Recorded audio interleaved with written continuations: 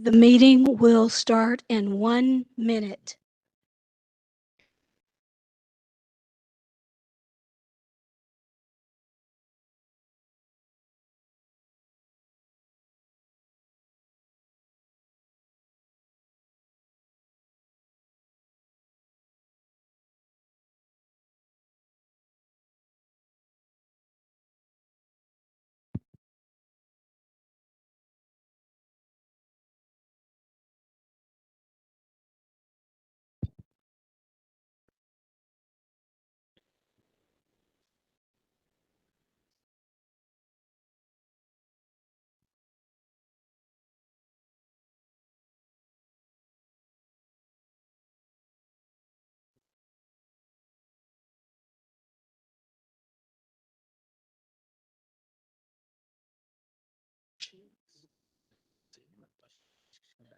That's good.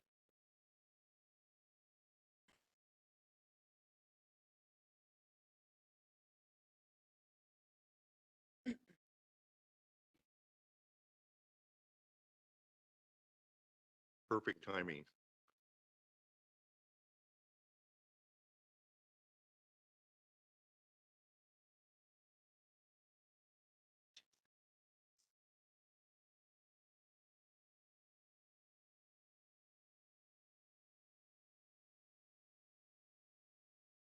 Do I need a signal from her?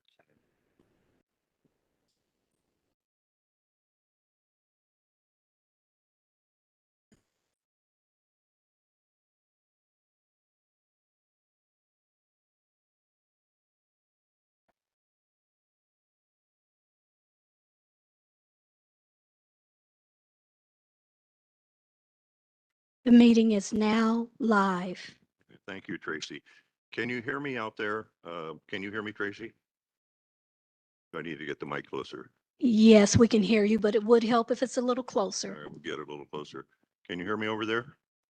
All right, great. Thank you. Okay, so we'll come to order.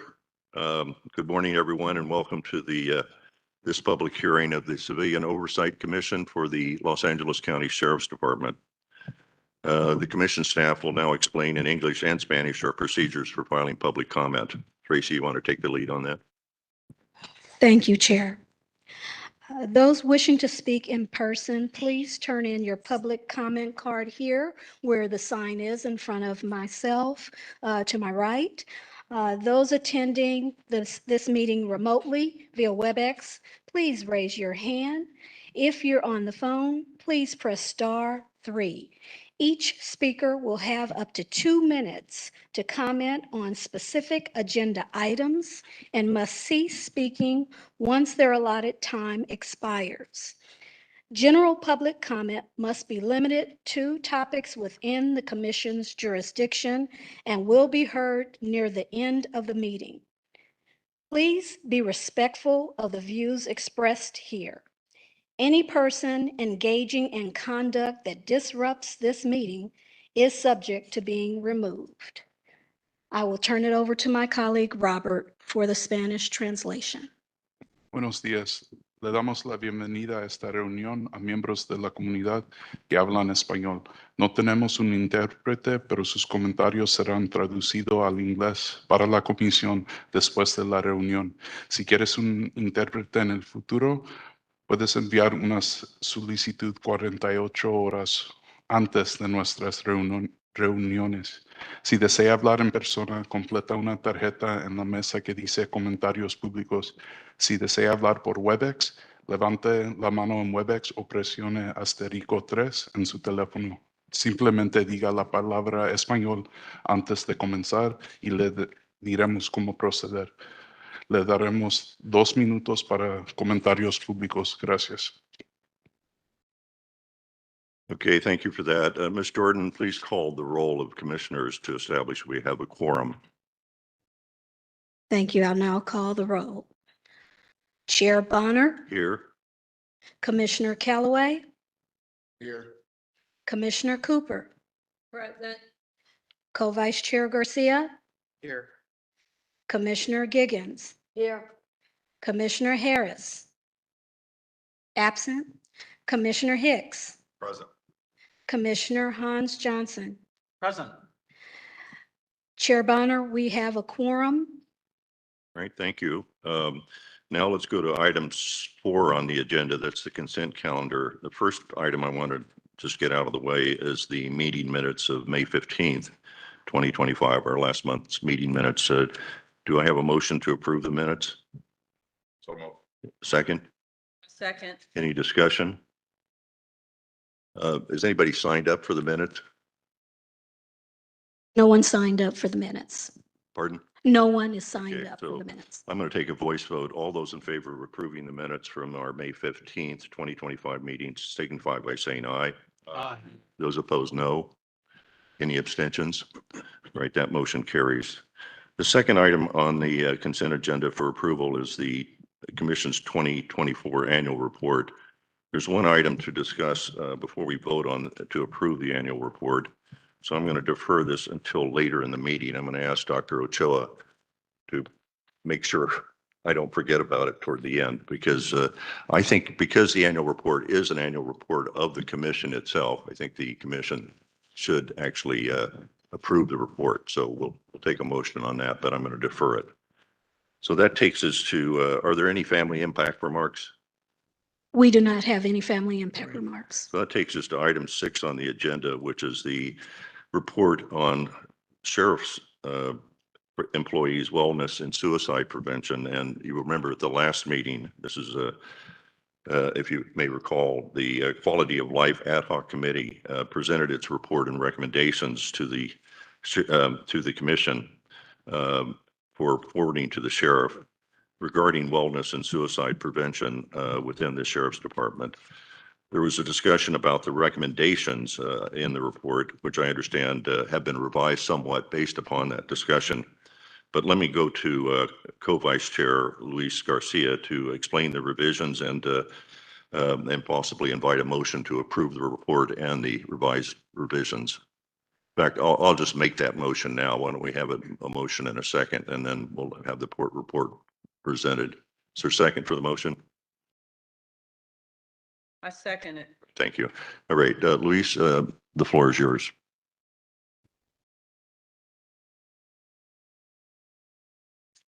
Good morning. So this morning I'm here along with Commissioner Staff Analyst Tracy Jordan as a follow-up to our May 15th presentation of the Commission's report on LASD's suicide prevention and employee wellness.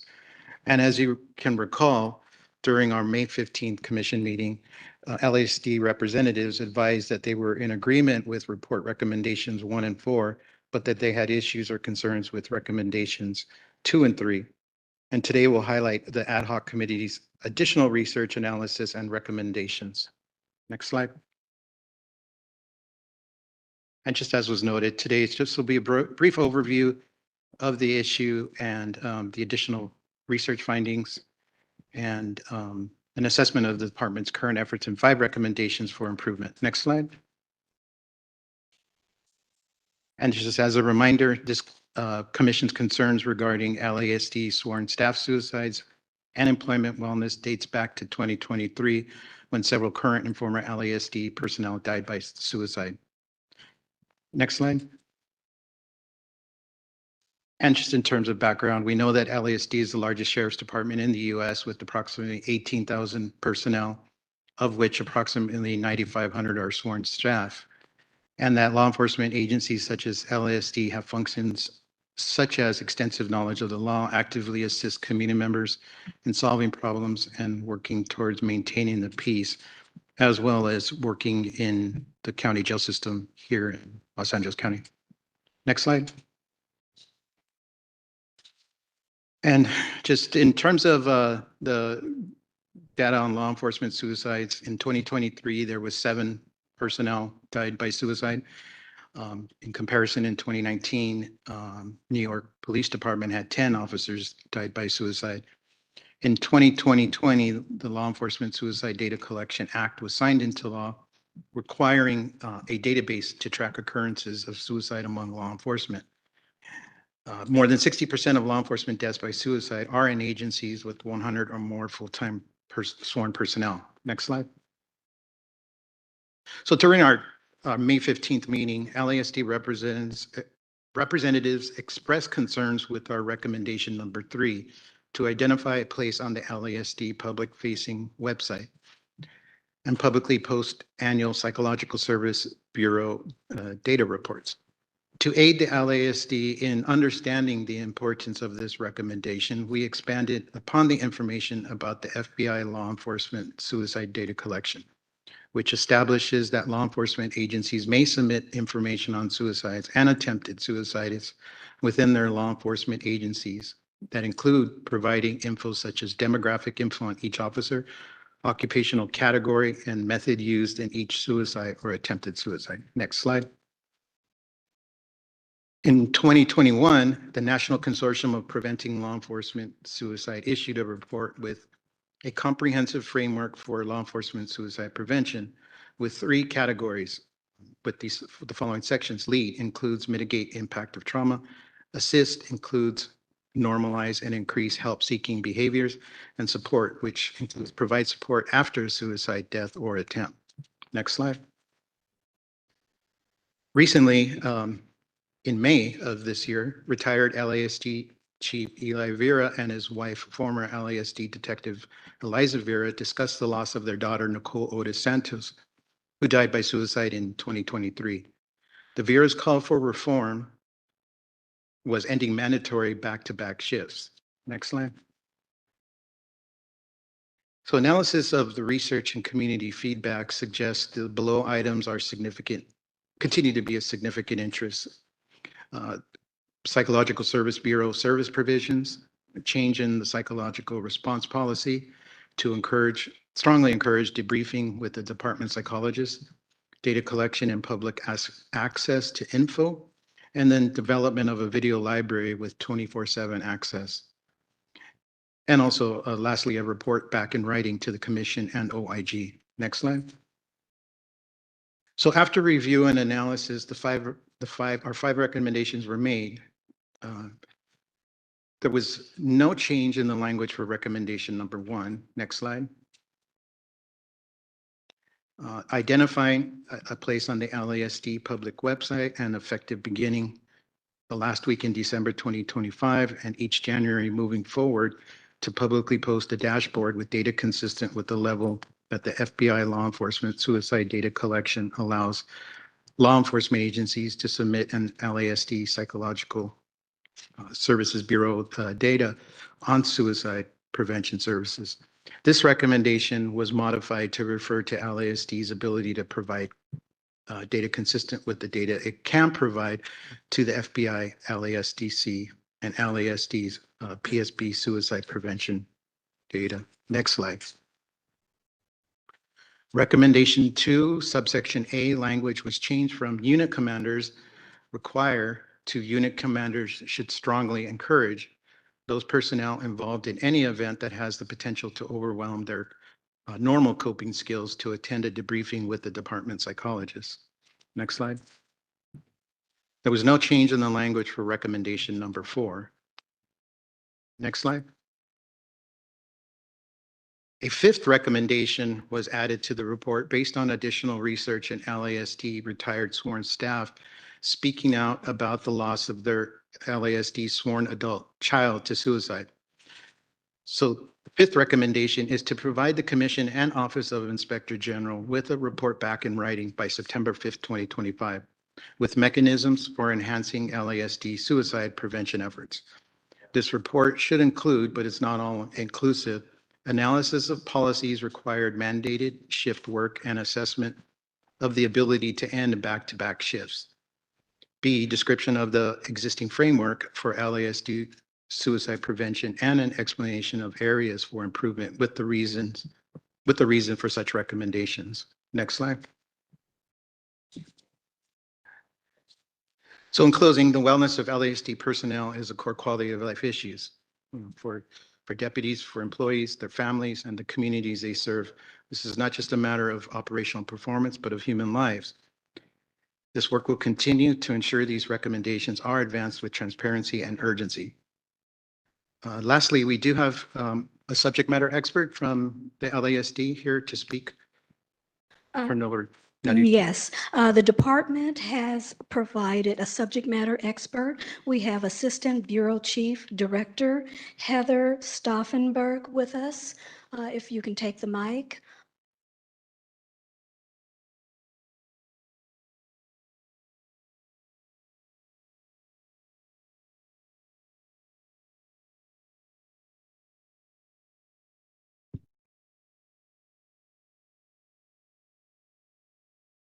Let's proceed. Proceed.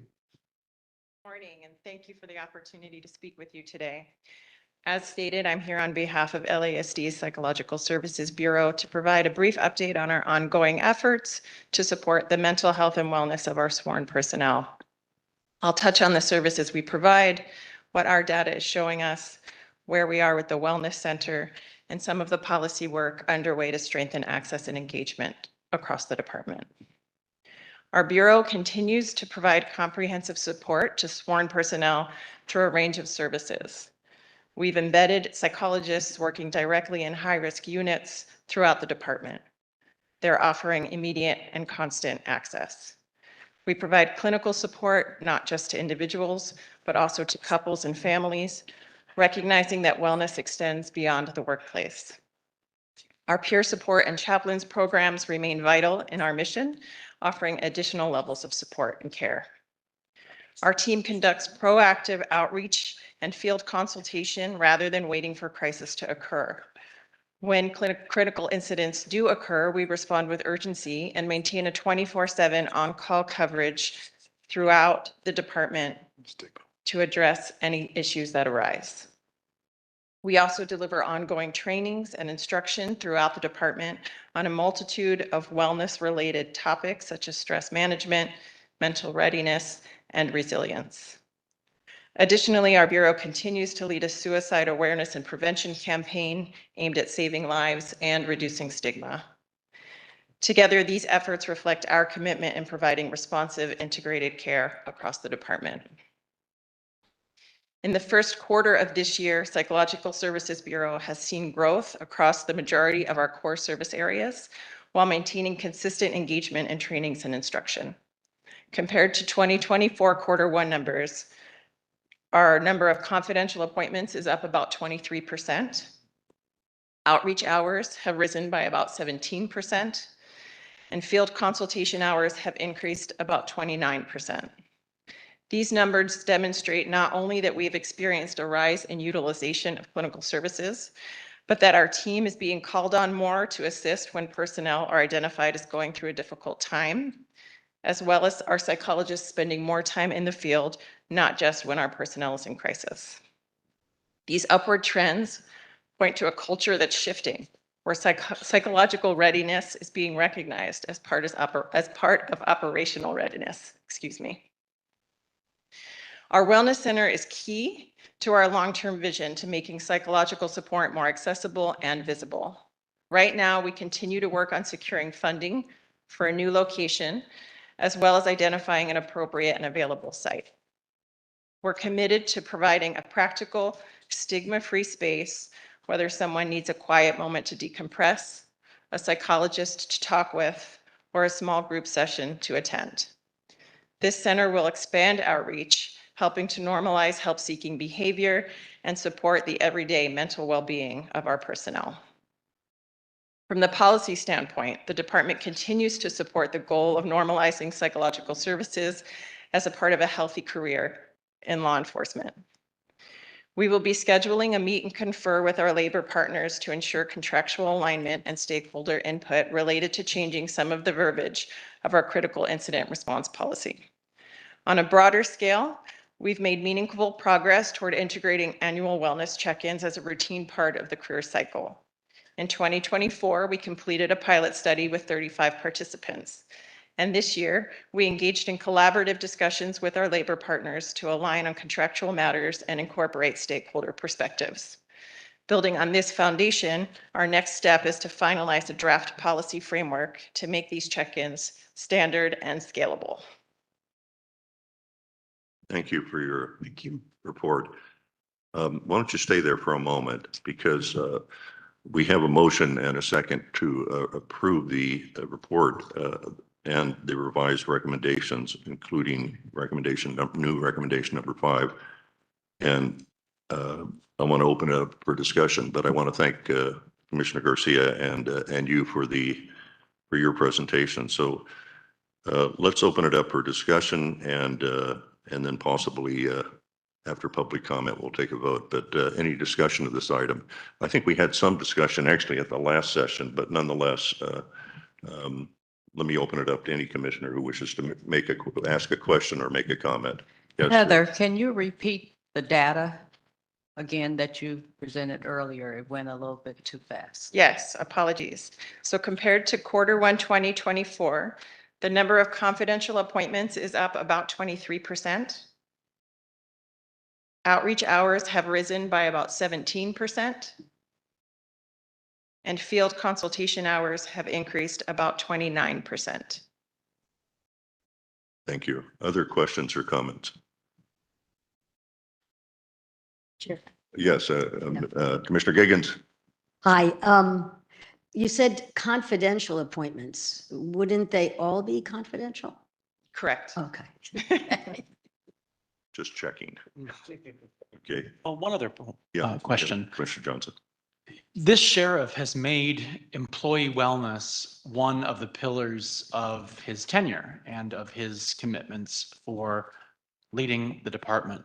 And I guess I just wanted to ask, given the centrality of this particular initiative and your mention of the important work of eradicating stigma, which is particularly important in a male-dominated workplace where notions of masculinity often get in the way of recognizing vulnerability, mental health concerns, and even collegial relationships and the ability to perform a mission, sometimes leading to cover-up and to dramatic incidents of misconduct that can stem from it.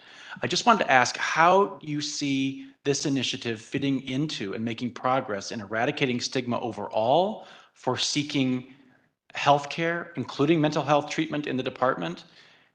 How do you see this fitting into the overall initiative and any progress thereon during this sheriff's tenure?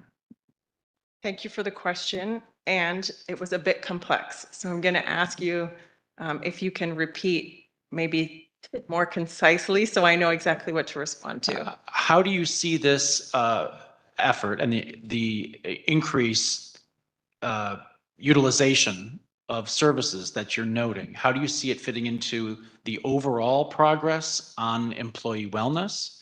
How do you see it making progress in talking about and eradicating stigma for seeking healthcare and mental health services by service personnel? Thank you. I think they go hand in hand, right? There's no denying that there's a stigma, I think in the general public, more so in law enforcement professional against mental health. It's a fight we've been fighting since our inception back in the 70s. But the more people are willing to talk about what's going on, the more people are willing to take that risk and engage in services or even engage in a conversation with a mental health provider, even if not services. The more people are willing to talk about their experience, which we do hear people talking about more now in our department, the more it helps move that needle forward. Are there any other metrics that you think are worth sharing today over and above the suicide and utilization stats that you shared? Are there any other stats that you would point us to as a commission to keep an eye on? I know that we as a bureau have given statistics on different metrics over time. I didn't want to come and repeat something you heard in May. So nothing else new at this time. Other comments or questions? Hearing none, let me call Commissioner Giggins. Yeah, I just want to say,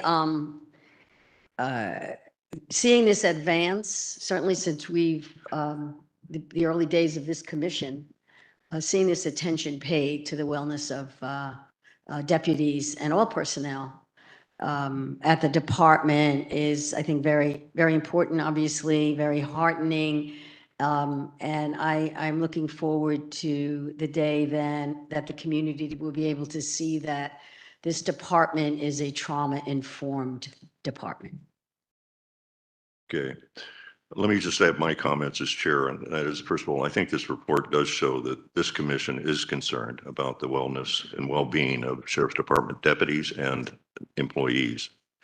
And I want to give kudos to the staff and the ad hoc committee, both Luis and Irma in particular, but to the staff, really an excellent report and in the highest traditions, I think, of COC ad hoc committees. It's an outstanding report. I believe the recommendations are good recommendations to make to the sheriff. And the chair supports the report and the revised recommendations. So with that, I would call, should we do this by, let's do this by roll call vote. Yeah. Okay, so, Can I? oh, we have public comment. Do we have any specific public comment on this particular item, Ms. Jordan? Yes, we do have 2 online public All right. comments. Let's take those. First, By the way, before we take those, let me, because there's another possible motion here, and I just want to put it forward briefly before we take public comment on both of them. But there's a possible motion here to dissolve the ad hoc committee that prepared this report, and that is the Quality of Life Ad hoc Committee. And I'm just wondering whether that motion is appropriate given recommendation number 5, which is asking now for a report back from the Sheriff's Department, not just to the IG, but to this commission. I'm neutral on this. I mean, I think we need from time to time, we do need to dissolve ad hoc committees. But on the other hand, since we're getting a report back, which presumably will be read by somebody, I'd like it read by the ad hoc committee that knows this issue.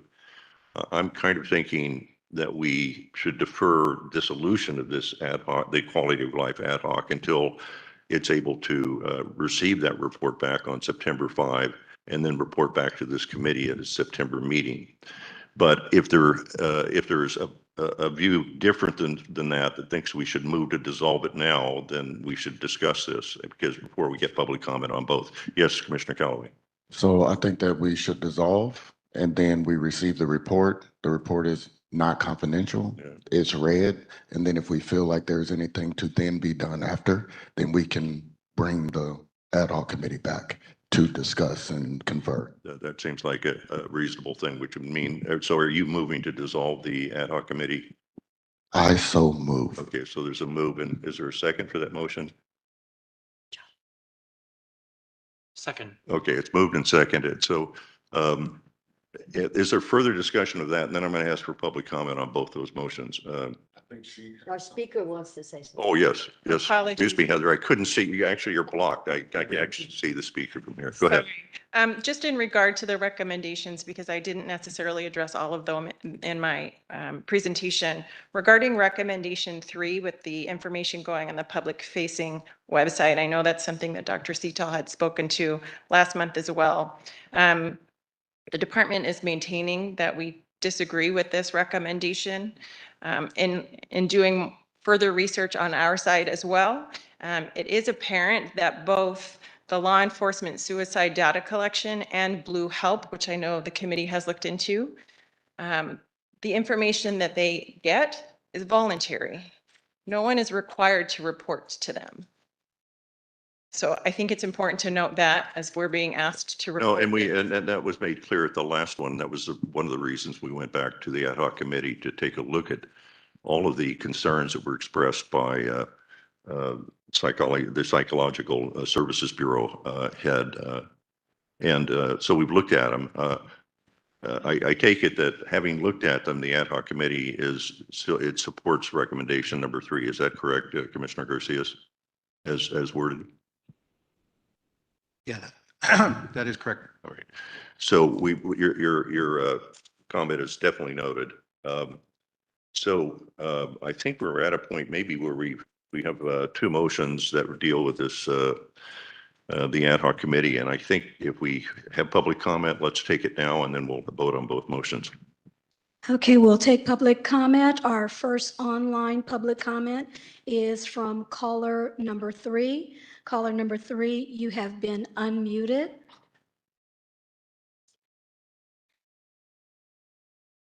Caller number Morning, 3. good morning. Yes, good morning. I had a comment I wanted to address the panel, the department. We're talking about a situation that's very important. I just wanted to know, in the past 5 years, do we have any incidences of any employees from the Los Angeles Sheriff's Department that have committed suicide? Do we have that information?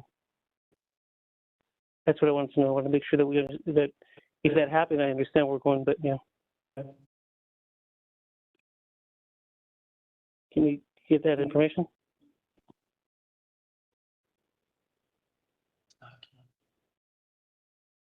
Okay. Caller number 3, if that is the extent of your public comment, we will move forward. That We was would a question. also- Yep. Question. Okay, we do not respond to questions. However, we will direct you to our website. A copy of the report with data and information is available on our website. We're going to move on to the next public comment. Next public comment is Mandy Verona. Mandy, you have been unmuted.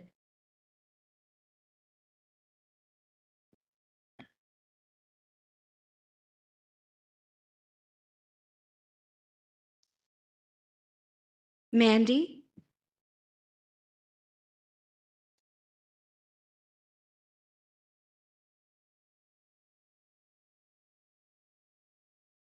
Mandy, you have been unmuted.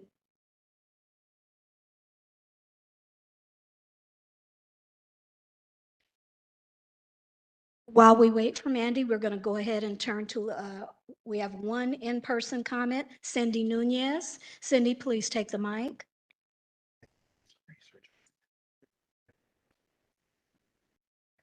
Good morning, everyone. This morning, we're hearing today about the importance of deputy personnel wellness programs, the priority of their wellness therapy support systems for LASD personnel. But my question is, where's that same concern for the families they've hurt like mine? Let's be honest, some of these deputies aren't just stressed, they're dangerous. They abuse power, violate civil rights, and destroy lives. And when that happens, the system bends over backwards to protect them, coddle them, and provide them comfort. Why is their mental health prioritized over the families that they traumatize? What about our wellness? What about Francisco Nunez's children who will forever live with trauma because of what LASD did to their dad? What about the parents whose kids are now afraid of law enforcement, like mine? What about the mothers who can't sleep because a deputy lied about what really happened? What about the trauma that doesn't make the news but lives in our homes every single day? You can't claim to care about wellness if you only mean the people with badges. Because the truth is, some of those badges have become weapons. And while they're offered therapy and protection, we're left with grief, fear, and silence. Thank you. Thank you. Thank you. We have no more public comments on this agenda item. Okay, so the first motion is to approve the report and the revised recommendations in the report. It's been seconded. Let's call for a roll call vote on that. Okay, roll call vote for the motion to adopt the report. Chair Bonner, Aye. Commissioner Callaway, Commissioner Cooper. Aye. Commissioner Garcia, Aye. Commissioner Giggins, J.P. Harris, Absent. absent. Commissioner Hicks, Aye. Commissioner Johnson. Yes. Chair Bonner, we have motion passed. 7 ayes, no nays, and the motion passes. The next motion is to, now that the original task of the Quality of Life Ad Hoc Committee has been fulfilled, to dissolve, it's a motion to dissolve the Quality of Life Ad Hoc Committee. Let me call for a roll call vote on that. It's been seconded. Let me call for a roll call vote on that question, on that motion. Thank you. Okay, roll call vote on dissolving the ad hoc. Chair Bonner. I'm deferring. Okay. Commissioner Callaway, Commissioner Cooper. Aye. Commissioner Garcia, Aye. Commissioner Giggins, Commissioner Harris, absent. Commissioner Hicks. Aye. Commissioner Johnson. Yes. Chair Bonner, the motion passed. Well, let me, for the record, the chair votes aye as well, so it's unanimous. 7 ayes, no noes, no abstentions. All right, and 1 absent. Okay, so this takes us to item 7A on the agenda, which I'm going to move, but let me just say before I shift it a little bit that the slate of nominations for commission officers for the next fiscal year, which is 2025, 2026, is on the agenda today, and we will reach that. The formal election of the next chair and the 2 co-vice chairs will take place at our next meeting on July 17th.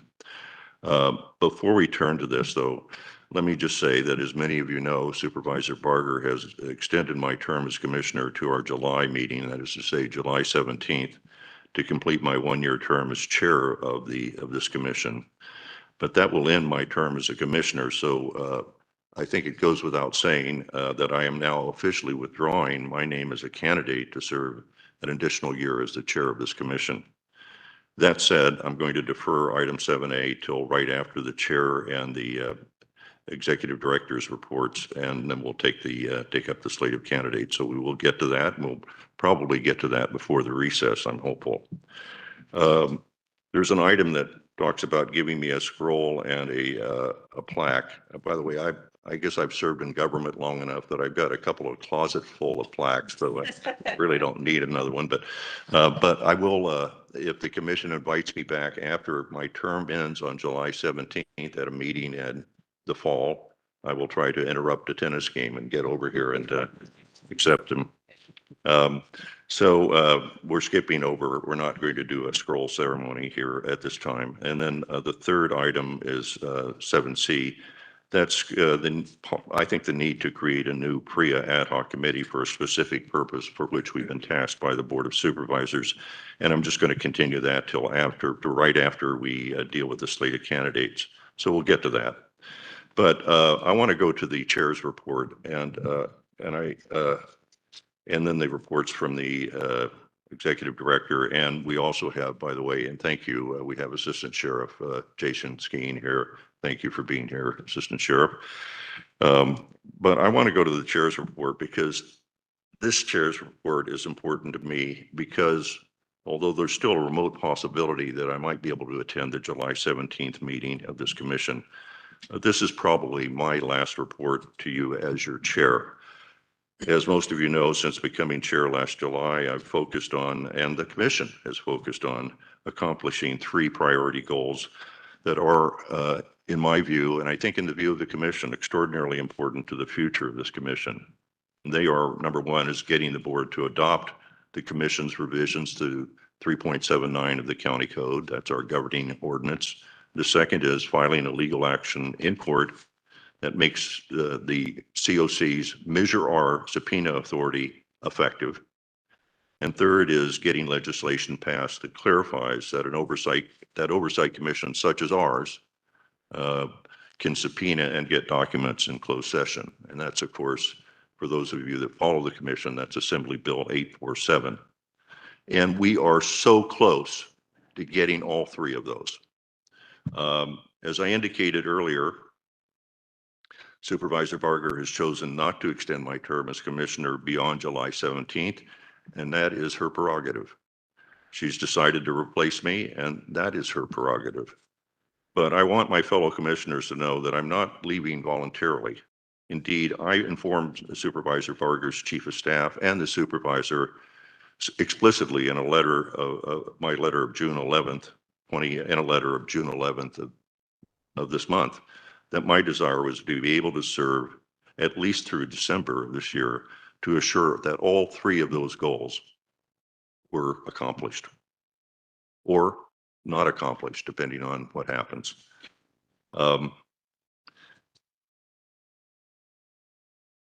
might say that the executive director, Ms. Mosley, expressed surprise that I did not tell her, and nor did I tell any of you, that I'd received my pink slip from Supervisor Barger earlier. And the reason for that is simple, but I want to tell all my fellow commissioners this because I want you to know this.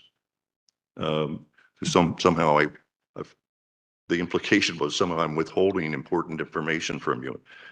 I withheld that information that I'd received my pink slip, so to speak, or my dismissal from this commission based upon my long relationship with Supervisor Catherine Barger.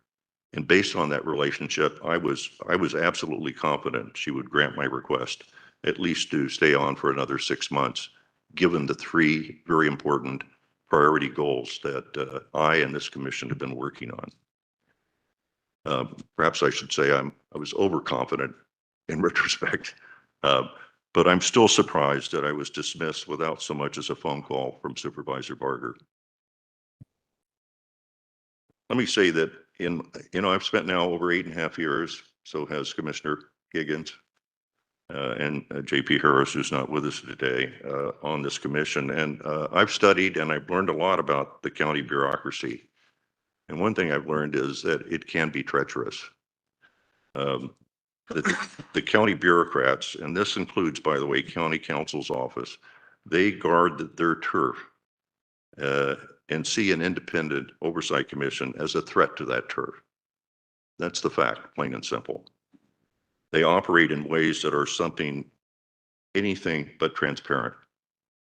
Opaque is the word that comes to mind.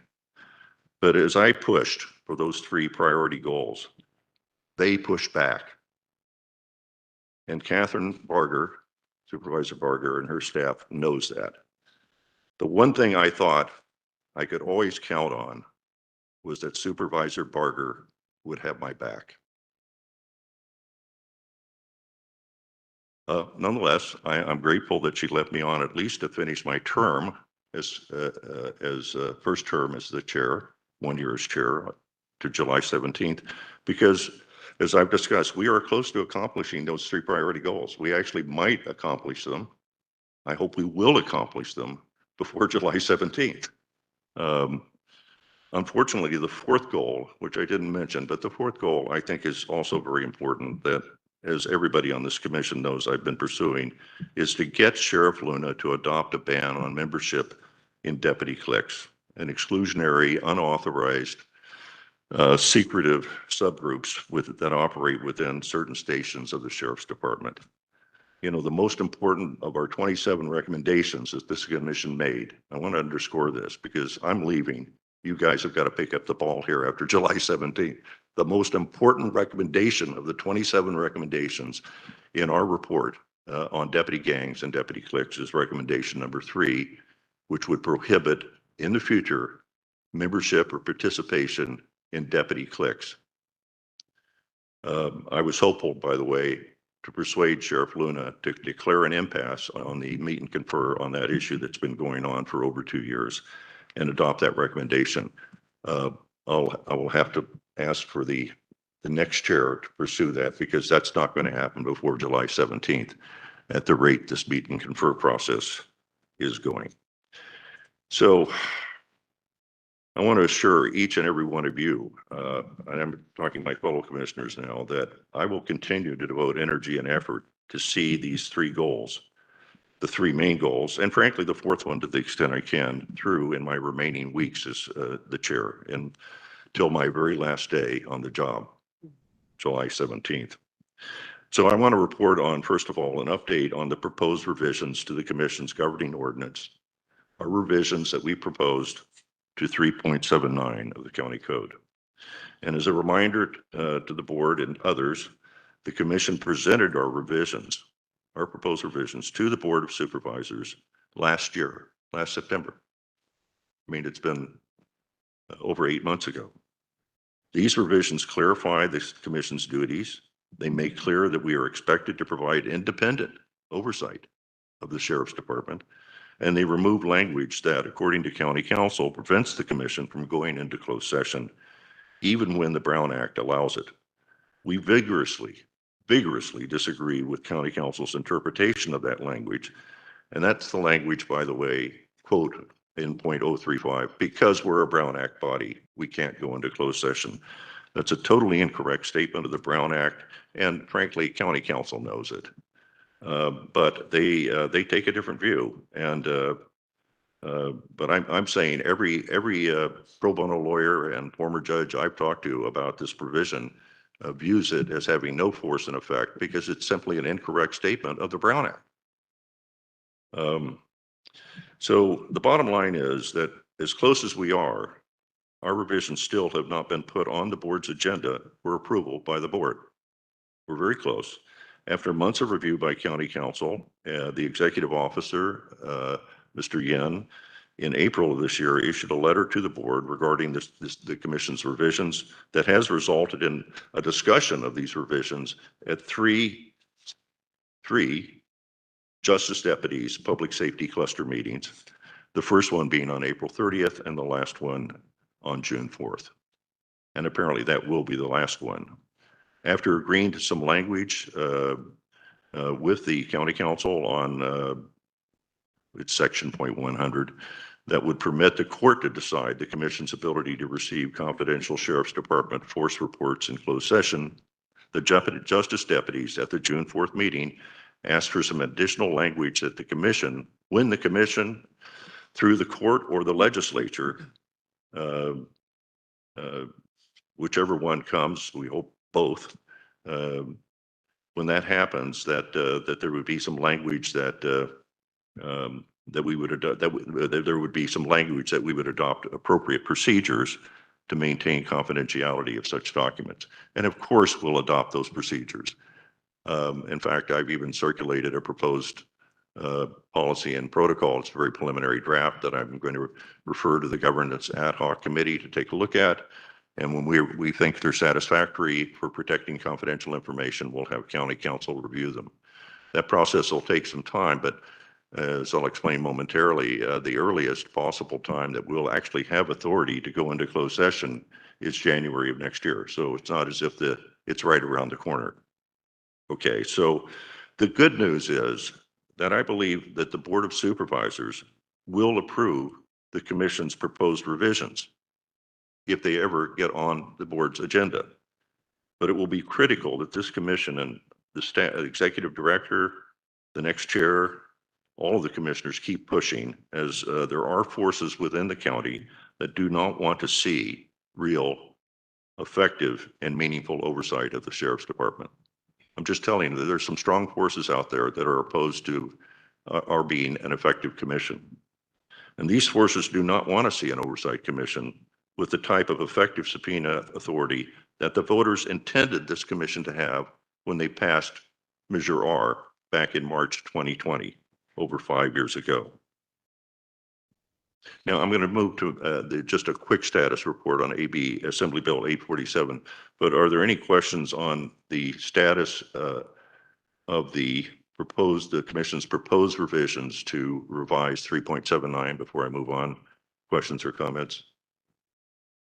I see none. So let me move on. Oh, Patty. Yes. Commissioner Giggins. I know you have more to say. I just wanted to interrupt for a second to say that all of your efforts as our leader, our fearless leader over this, and commissioner plus chair twice, I think you've been chair twice, over the last 8.5 years, we will carry on. I want to, from my perspective, I have a feeling all of us here, all commissioners, appreciate your leadership, your tenacity, your brilliance, and courage to go up against forces that are not necessarily yet in agreement what effective oversight means, but hopefully we will get there for an understanding for the whole county to understand what it means. And I just want to say how much I have appreciated serving with you all these years. Yeah. And your legacy is very powerful. Thank you, Chairman Patty. Young. That means a lot to me. But also in the interest, I'm going to come back. I'll interrupt a tennis game and come back, and you can say some really nice things about me then. Anyway, let me move on, just because I do want to get to the slate of candidates here, but I do want to give the next item that's on the chair's report is the status of AB 847. Before I get to that, let me just say, I was talking about the getting this to the Board of Supervisors. The justice deputies did ask us to do one thing, and that is to consult with county council and come up with language that would be added to the proposed revisions that would give assurance that we would maintain confidentiality of confidential documents received under our subpoenas in closed session. And so we came up with this language that we submitted to county council. I'm just going to quote it. It's very short. It's one sentence. It adds to .100, which has to do with meetings and closed sessions. And it says, and I quote, in the event that state law or a court authorizes the commission to go into closed session to receive confidential documents of the sheriff's department, the commission shall adopt procedures to maintain and protect the confidentiality of such documents. I thought that language would satisfy county council.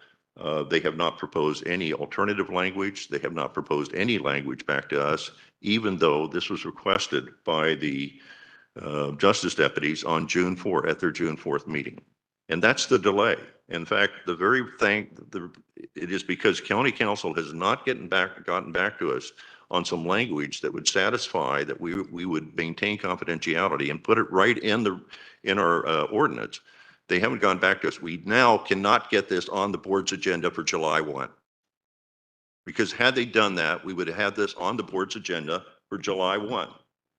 And now it appears, unless they really did it today, it's too late to get it on the agenda.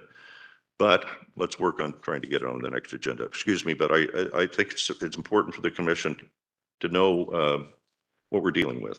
Okay, so AB 847 is a more positive news, actually. This is a bill, by the way, as most of you know, that would authorize the commission and other sheriff department oversight commissions to receive confidential reports in closed session. AB 847 passed the assembly late last month, late May, by a vote of 54-15, and it's moved over to the state Senate. I learned yesterday that AB 847 will be on the agenda for the Senate Public Safety Committee meeting on July 8th in less than 2 weeks. I'm also informed that it would be helpful if the commission, as we did in the assembly with our resolution, prepares a letter supporting the bill in the Senate to be sent to the Public Safety Committee of the Senate. Support letters, by the way, need to be, I'm told, submitted no later than July 1st. So I would request authority of the commission to authorize me as chair to forward a support letter to the state Senate supporting AB 847, to send it to the state Senate via the Senate Public Safety Committee chair.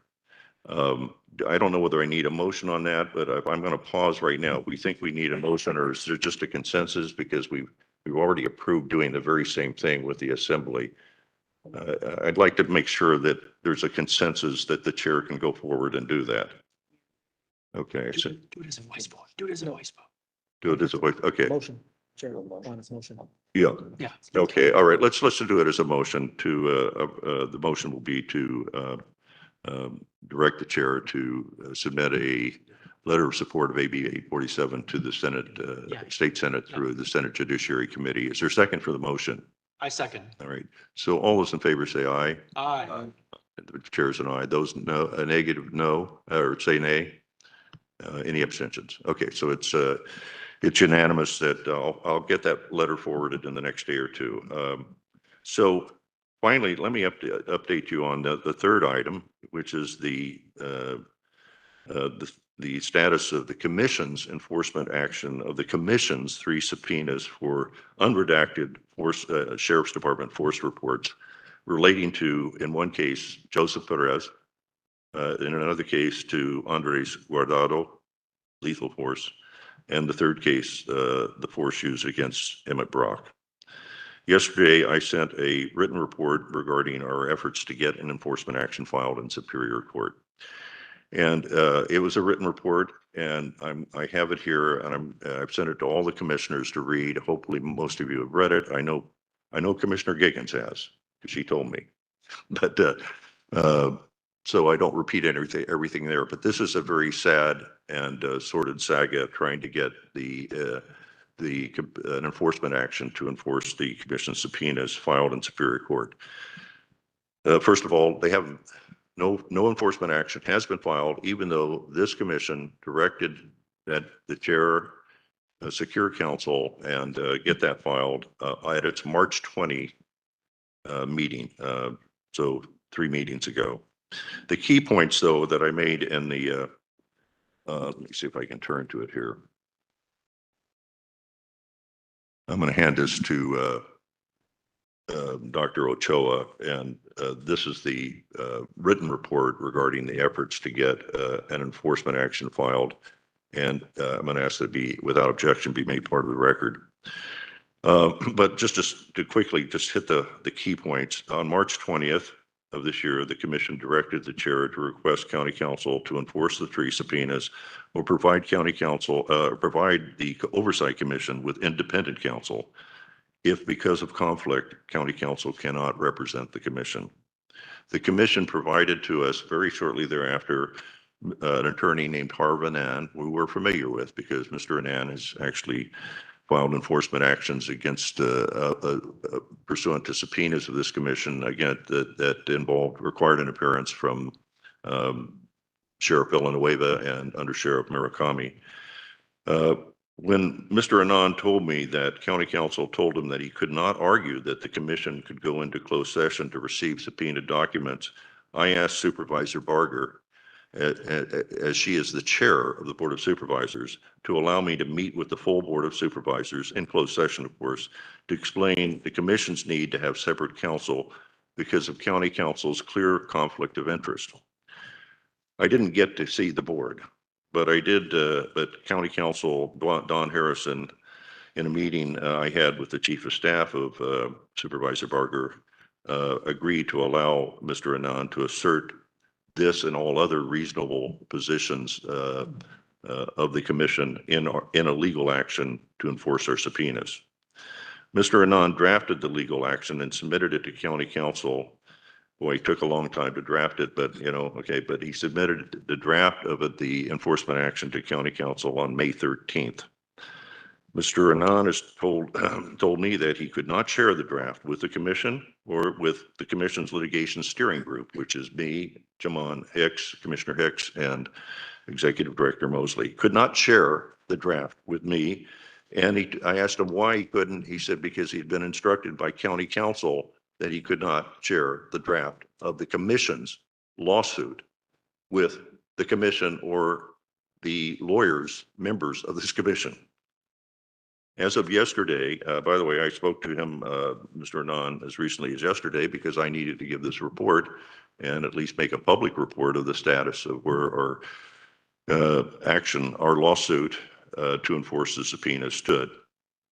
And as of yesterday, he still insisted he could not share the draft with us, even though it had been under review in one form or another by county council since May 13th. Mr. Anand hopes to be able to share the draft with me someday and with Commissioner Hicks and to get the legal action filed. And he said, and I hope he's right, that he believes this action can be filed within the next week or 2.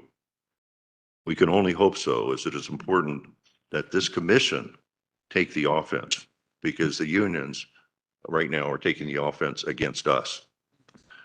Finally, let me note that I asked Harv Anand to be here today and speak candidly about the legal action and strategies with the full commission in closed session. Lily Campos of the county counsel's office told me that county council would object to the commission going into closed session, even for an attorney-client privilege conversation, which is clearly permitted by the Brown Act.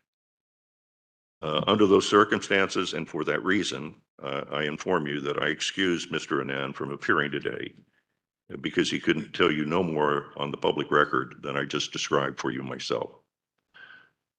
Any questions regarding the enforcement action on behalf of the commission to vindicate and make or measure our authority effective? Yeah, I have a question. Yes, Mr. Cooper. I mean, if the county council is so wrong on these actions, why can't we sue them? Why can't we sue county council? Because it seemed like they're playing delay games Yeah. with us. Well, I guess I could probably answer that question for you. I won't call on county council to do it. Well, county council would say, well, if we were suing them, we would have to go into court as the Civilian Oversight Commission, and we would have to have counsel represent us in court. By the way, it could be Mr. Hicks or me, but you're generally speaking, we actually have semi-full-time jobs. He has a real full-time job. I work at being a mediator, arbitrator. We'd have to get outside counsel to represent us. And then we'd ask, and then to do that, we have to get county council to appoint that outside counsel. And county council would say, we're not appointing outside counsel for you. So it's like a catch-22. Okay. Okay, but that's just the legal reality of it. So they exercise a lot of control, and a lot of it has nothing to do with legal advice. It has to do with telling this commission what it can and cannot do. And that crosses the line, in my opinion. I'm almost done with my report, so let me just finish it up and then I'll open it up for any other questions there might be.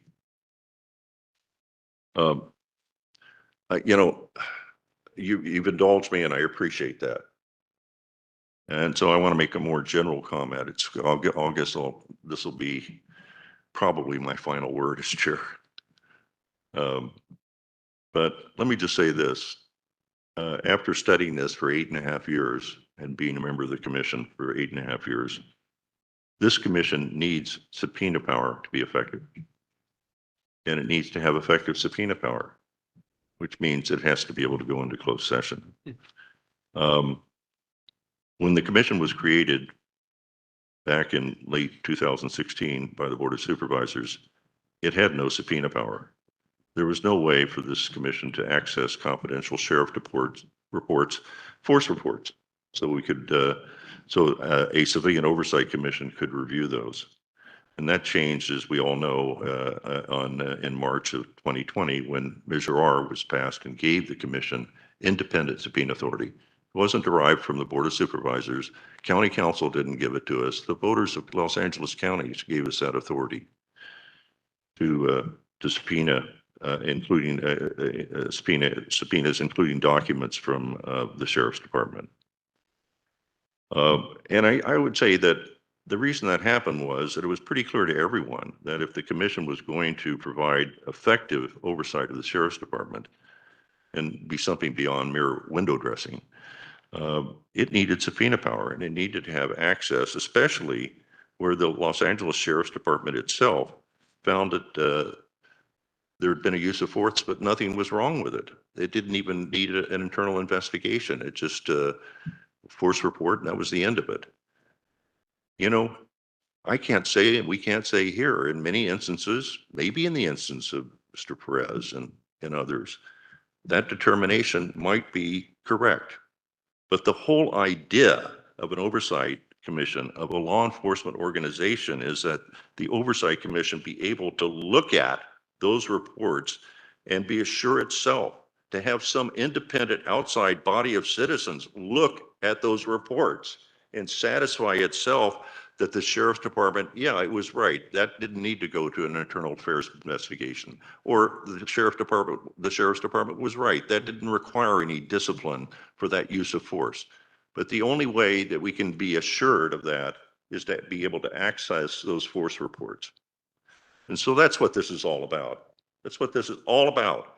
We're asking for something that there are people in the county that don't want us to have this authority. It's that simple.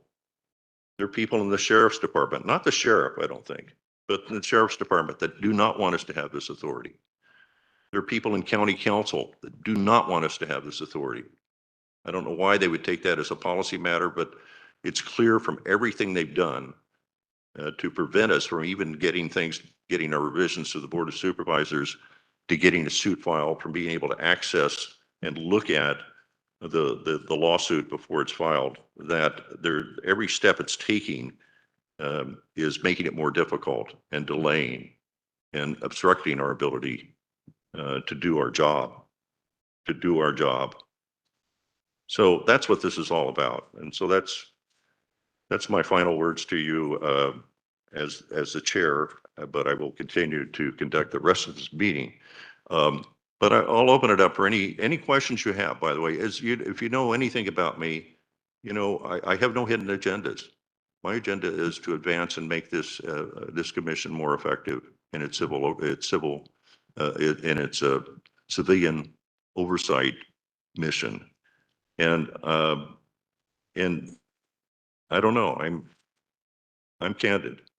So, and maybe that's a fault, I don't know. But if you have any questions, fellow commissioners, really, I'll try to answer them for you about any of these things, why we're still having problems getting these 3 priority goals accomplished, or anything else. But yes, Commissioner Harris, Hicks. What is county council's position about discussing matters with the commission and before the public that are already of a public record? So any of the documents that they file, Yeah, what is their position about why Harv would not be able to come here and answer questions about documents that are already public record? yeah. Well, look, this isn't just county council's position. It's actually the sheriff's department position that we're entitled to receive anything that the public can receive under the Public Record Act for Public Record Act request. In fact, they treat our subpoenas like a Public Record Act request. These are not PRAs. These are subpoenas. This is compulsory process, as you know, Commissioner Hicks. But they do that, and that's perfect example of it is the Perez report. I mean, we've already got, they just gave us again the Public Record Act request. So they redacted anything they deemed to be confidential from that report. And they redacted the key things that we want to look at. And that is to understand why they reached a conclusion in the Perez matter that it didn't warrant an internal affairs investigation. So Harv would be perfectly happy to come here, and frankly, we can share what they gave us. I mean, it's on a thumb drive, what they produced to us after the March 20 meeting, but they withheld on basis of confidentiality. That part of the Perez report, they withheld under grounds of confidentiality, Commissioner Hicks, in the Gordado investigation, which was a homicide bureau investigation because it involved lethal force. 60 pages of a supplemental report that had to deal with whether or not there was a deputy gang connection between the deputy who shot and killed Gordado. I mean, the fact is he shot him 5 times in the back while he was on the ground. But whether there was a connection between that and the executioner's deputy gang in Compton, that is totally redacted because it's confidential. So we're not talking about public record. We can get Public Record Act requests. I mean, maybe we can get them maybe even faster than the public. I don't know. They're pretty slow, but they have a whole series of redactions for Public Record Act requests where you'd have to litigate forever. So we want confidential documents, and let's just focus on that. And we want to be able to subpoena them. Let's just focus on that. And let's not let the sheriff's department treat this commission when we subpoena documents by not even appearing and then giving us nothing more than what any member of the public could get. We're the Oversight Commission. All right, let's act like it. All right. Sorry, thank you for the question. Any other questions?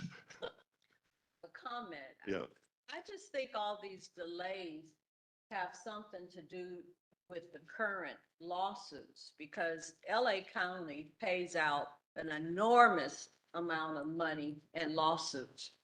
And to continue to not be transparent is not going to stop these lawsuits. They're going to get worse because there's no trust. So I would strongly suggest they stop playing these games and, blocking things out of these reports. Yeah. Because what is in the dark eventually will come to the light, and these families will continue to file these lawsuits. If they're honest and upfront, maybe they won't have these lawsuits. Yeah, I think you would reduce the number of lawsuits if we were able to provide effective oversight. I think that's one of the goals of one of the effects of meaningful, thoughtful oversight of a law enforcement agency is that you will reduce the number of lawsuits because you will increase the professionalization of the department and the deputies, and you will increase you will support constitutional policing. And all lawsuits are based upon excessive force lawsuits under Section 1983 of the United States Code. Mr. Hicks knows it well. Commissioner Hicks knows it well. They're all based upon unconstitutional use of force. And $99 million were paid out last year. And not only paid out, that money was paid out, but in every one of those cases, county council asked the other side to give a non-disclosure agreement. So they can't release the deposition transcripts that would show, for example, that the person that used the excessive force was actually a member of, has a tattoo associated with a deputy gang. So they cover up. And by doing so, county council has actually enabled deputy gangs. And I'm not saying any particular individual, but county council as an institution has enabled these deputy gangs, and they've certainly done almost nothing to eradicate or eliminate them. And you would think if you had lawyers for the county, you would think they would want to do that. And I see no evidence of it. Yes, Commissioner Callaway. I just want to remind the audience that to respect Chair Bonner's wishes that we raise the roof and we do not clap. Yep. Just so everybody know, raise the roof. Commissioner Callaway is absolutely right. Other questions? I mean, these are good questions, and I really think it's important for the commission. As a commission, all commissioners understand what we're up against and why we're up against it, and then think of the strategies we need to employ to achieve the priority goals that this commission needs to become a truly effective, optimally effective oversight commission. Other questions or comments? Okay. All right. Thank you so much for indulging me. And I promise if I actually make the July 17th meeting, I will not repeat all this. But it's doubtful right now that I'm going to be able to make that meeting. Let's turn to the next item on the agenda. Oh, no, I'm going to go back to item 7 on the agenda. And that's the slate of candidates. And I believe, if I'm not mistaken, Commissioner Cooper, you're going to lead us through a discussion of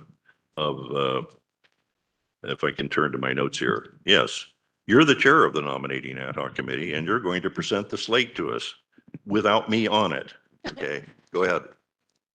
Well, if it was up to me, I would have you on it. We really appreciate all your service to this commission.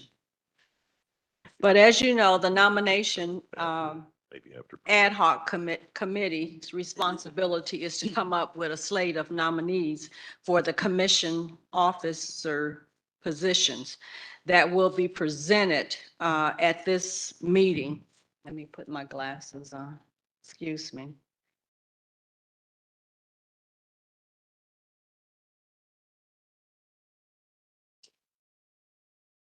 Now, during this meeting, the floor will also be open to any commissioner to be nominated for an office in addition to the slate.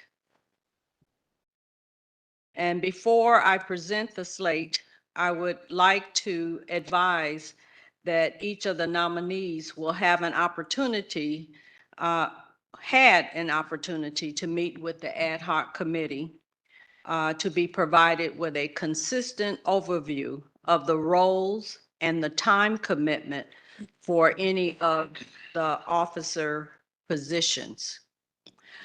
Are there any nominations from the floor for the chair of this commission? Well, this assumes that Commissioner Johnson already is a nominee, correct? Or he doesn't need to be. Okay, so it's anybody, does anybody want to run against Commissioner? Yeah, we have to take nominations. Okay, so are there any other nominations for the chair position? Are there any nominations for the chair position? Are there any nominations for the chair position? If not, the chair position is now closed. Are there any? Could I nominate? No. No. Oh, go ahead. I closed. I've just looked at Patty Kiggins, and she hasn't been chair twice yet. Right, okay. I won't do it to you, Patty. Are there any nominations from the floor for the vice chair position? Are there any nominations for the vice chair position? Are there any nominations for the vice chair? You know, position? just for the record, though, we have 2 candidates, right, that are already on the slate, and they are Commissioner Garcia and Commissioner We still have to Cal- take nominations Okay, from the so floor. are there any, If anyone? there's no nominations, then the vice chair position is now closed. Okay, the chair duties are you have to work with the executive director and the commission staff to prepare for the meeting agendas, preside over all the commission meetings, and be familiar with the conduct and the Roberts Rules of Order and the bylaws and ordinance. The time commitment may vary from 10 to 35 hours per week. For the vice chair duties is basically the same, and you will act as the chair in the absence of the chair. You will be working in collaboration with the chairs and the ad hoc committees and assign various tasks by the chair. You are required to attend meetings and also stakeholder meetings. And the time commitment per week will vary from 10 to 15 hours per week, depending on the workload of the commission. The slate of nominees for the commission officers for fiscal year 25 and 26. For chair, we have co-vice chair Hans Johnson. For vice chair, we have the incumbent vice chair Luis Garcia, as well as Commissioner Arthur Callaway. The slate of candidates is linked to the agenda, and their information is also on the COC website.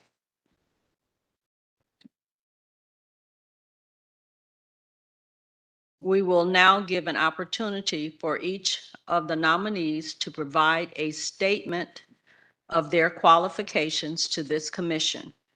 Each nominee will have 3 minutes. First, we will hear from Commissioner Hans Johnson. Thank you, Commissioner Cooper, and thanks to my fellow commissioners. I'm Hans Johnson.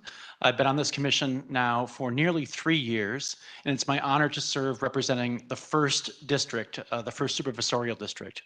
I want to start by thanking Chair Bonner for his tenure and for his leadership of this commission, and for the other commissioners who are veterans in the true sense of this work. Commissioner Giggins, who is with us today, and Commissioner J.P. Harris, who is not with us today. These commissioners know that the work of this commission requires courage, diligence, and great tenacity. As Commissioner Giggins knows better than anyone, it requires us to stand up to bullies and even to taste firsthand the bitter retaliation of the department on occasion, as she endured in 2022. But I am here today in part because I am committed to transparency, accountability, and bridge building throughout this county. As Frederick Douglass said, without struggle, there is no progress. And as we continue to have to exert here in Los Angeles County, policy without transparency and accountability is empty and does not improve public safety or the security and quality of life for Angelenos. That is why this commission exists. And that is why the muscle and the light, the high wattage light that we shine, is so important to exercise. My background includes living in the shadow of the law myself. So I want everyone to understand that even as an Anglo resident of this county, with the privileges that that bestows on me, unearned, today is the 10th anniversary of my ability to marry the person that I love. Today is the anniversary of winning that right in 2015. So I am familiar with living in the shadow of the law and the struggle necessary to try to make law inclusive, and the work that all of us have to do together to make the words "we the people" true. and have meaning in our lives and in the law. My work over the last 25 years has been about training people, many of whom live in the shadow of the law, whether speaking a language other than English, whether people of racial minorities and BIPOC communities throughout this country, immigrants, and people with disabilities, women and girls, and people who often feel themselves ignored or locked out of representation.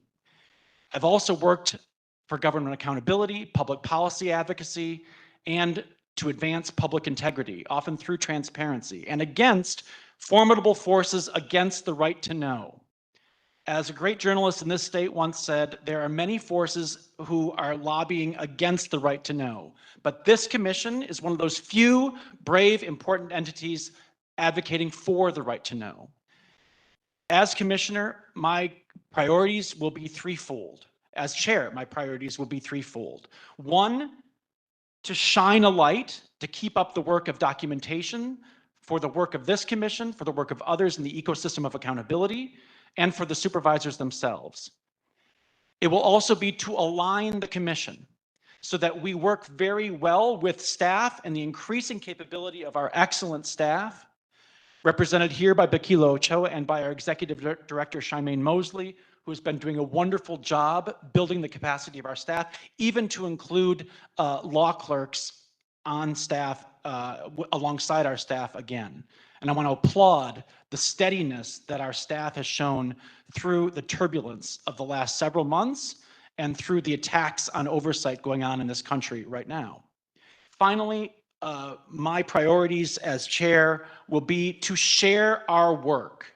That means to ensure that we are out in the county, holding public forums, engaging the public in the work of this commission and the work of accountability, and with other counties in California and with other cities and counties throughout the country through NACOL and other forums. Those three priorities, I think, are continuity from the work of our current chair and from the work of this commission for the last 9 years. To shine a light, to align our commission and staff, and to share our work more vigorously. With that, I thank you all for being stakeholders in this work. I thank my fellow commissioners. I want to thank Commissioner Cooper in particular for her remarks about settlements. Before I pass the microphone, I do just want to make one point. Our county is now on the hook for a $4 billion settlement for misconduct in youth detention. That equals the budget of the sheriff's department for 1 year. So when we talk about the consequential nature and the trade-offs that county taxpayers are seeing in our budget, that is the scale that the settlements that taxpayers are paying out. So our work for integrity to prevent and preempt such costly settlements has never been more important. Thank you. Thanks for that statement, Hans. And I'm wondering, both of you are unopposed, but I'll start with Luis. Do you have a statement you'd like to make with respect to the co-vice chair position? Sure. Yeah, I'll write a statement. And also thank you, Chair Bonner, for your service to County of Los Angeles in over the past 8.5 years. And it's been an honor to work under you as a co-vice chair, one of two. And as I move forward, I look forward to working with Hans and Arthur as a co-vice chair and proceeding with these priorities that we have in front of us to have meaningful oversight in the County of Los Angeles.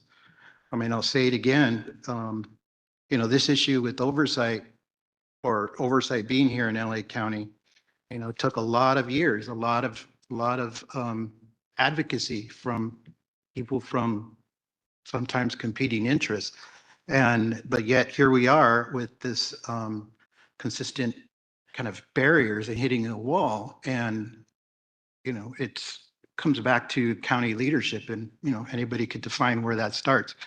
I'll just say, from my first experience of being incarcerated in the LA County Jail at 18 years old in 1986, getting my high school diploma in in the LA County Jail while I was on my way to state prison a second time in 1995.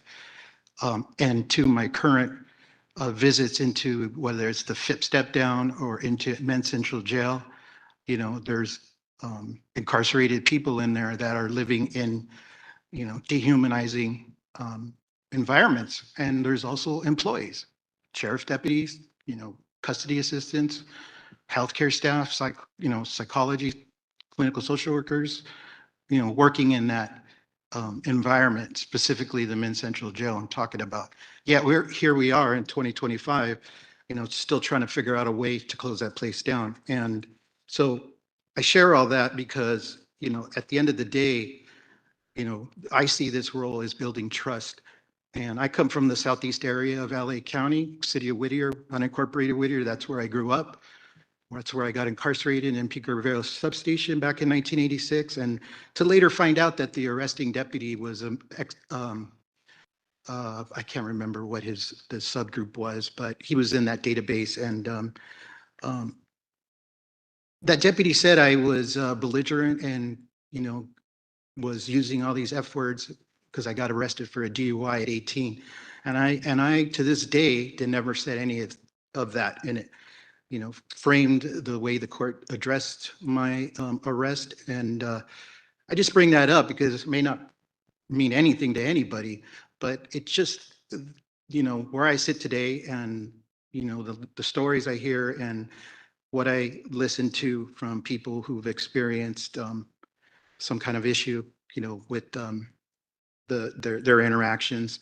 You know, I strive to build community and build trust, whether that means, you know, reaching over to understanding, you know, sheriff's operations and coming from this place of compassion. Because at the end of the day, you know, I have some friends that I've been mentored with that were with lifelong sheriff's personnel, and I've have plenty of people that I know who have been incarcerated in the system and came out.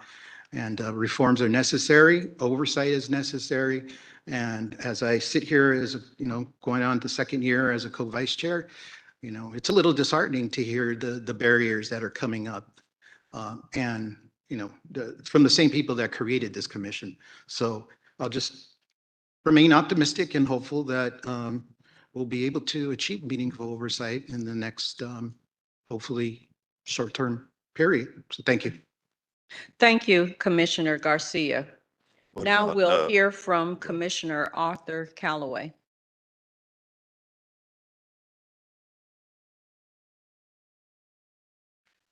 I would like to say that it is very important to me that this commission gets the ability to actually be an oversight commission.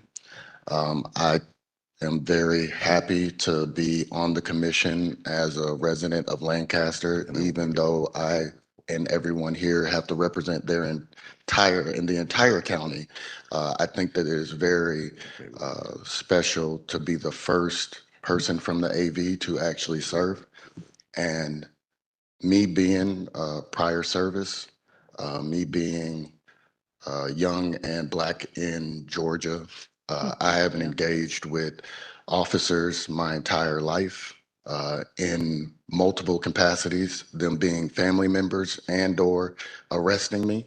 And I want to say that because we all have our different perspectives and vantage points, that all of us have lived and we all can be on the same page of just being able to understand when something happens to our family that we should be able to know what happened.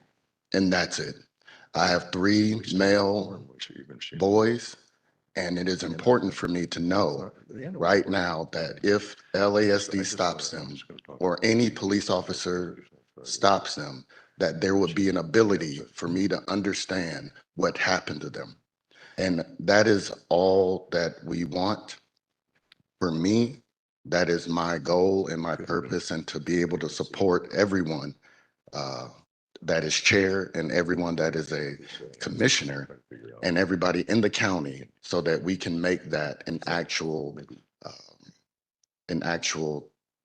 realization so that there is no feelings of cover up, that there is no feelings of that an investigation happened and there was nothing to see here, even though there was. I think that we will all understand, and I appreciate the conversation about the settlements. Is like if the community trusted, if I had a process to be able that engaged and triggered and did everything automatic, the settlements would go down. If people were held accountable, the settlements would go down.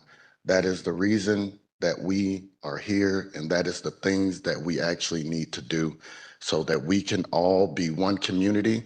And as I said, prior service and have family members that are sheriffs in other states. And it is not, I hate the fact that we have to do the us versus them instead of just understanding that we just all need to hold ourselves accountable. So that is my background. That is my goal. It is here to support the community. I would love for anybody that needs any information to continue to come to me. I've listened and I will continue to listen, and we will continue to offer these recommendations and press so that we can bring the realization of that every person, including deputies that I know, want to be able to understand what happened to their family members if something happened to them. That's all we need. Thank you, Commissioner Callaway.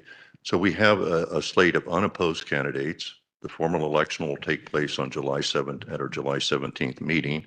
I'm going to continue on, as I said, as chair until then. But as I may not be able to attend the July 17th meeting, I do want to say to Hans Johnson, sir, congratulations or condolences. I'm not sure which is the approach. Condolences. And I also want to congratulate both Luis and Arthur on their selection and Luis's reselection as the co-vice chair. And I want to thank you, Irma, for chairing and pulling together a slate of candidates for this commission. This was important work, and you did it quite well. So Thank you. We still need to do the motion. We do have one comment, so we should get the motion to get the one comment. but what's that? What's the comment? I still need to do the motion.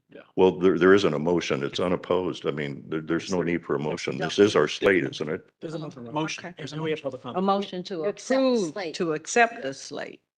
Yes. And we have one Okay, public all comment. right. I don't know what we're moving to do because it's unopposed, but if we need a motion of public comment, okay, well, let somebody make the motion to approve the slate of candidates. I move. And I'll second it. Okay, so let's have public comment on the slate of candidates. What do you guys think of these candidates we're putting forward here? Is there, by the way, no, sir, if you didn't sign up, too late, Mr. Hill. Do we have any public comment? We have one online public comment. Now two. I will unmute caller user 3. Caller user 3, you have been unmuted.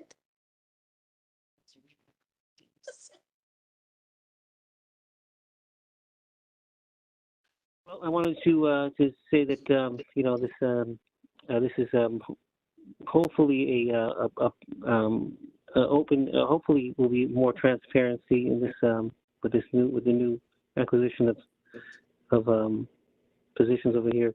There was a mention that there'll be a possibility for people to reach out. Does that include the public to reach out to the members that are joining this position? Is that a possibility to be open, communication with the public, and not in a 2-minute form, something more maybe more informal, if that's possible? And if that is, can you tell us how to go about that and how to get more informed to have those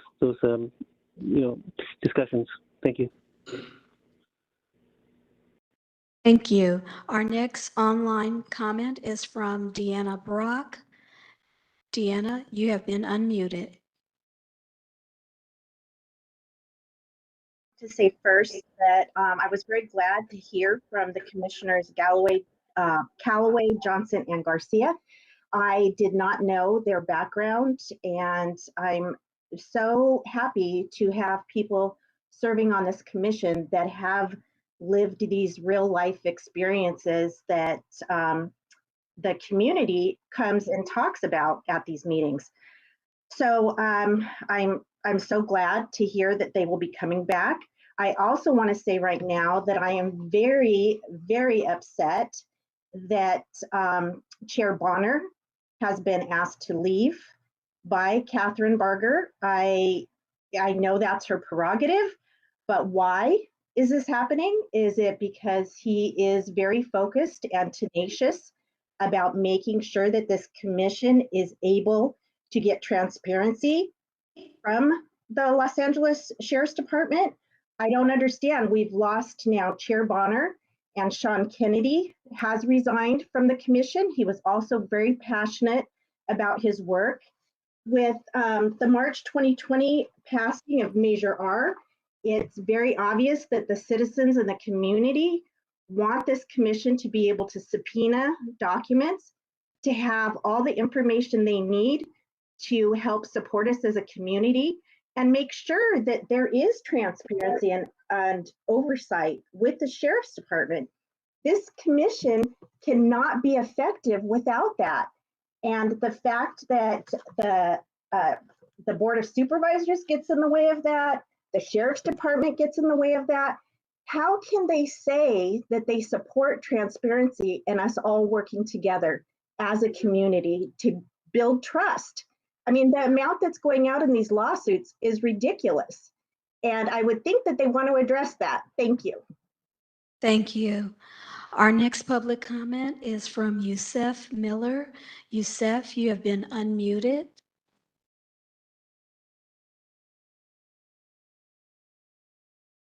Coalition Saving Lives in Custody, California.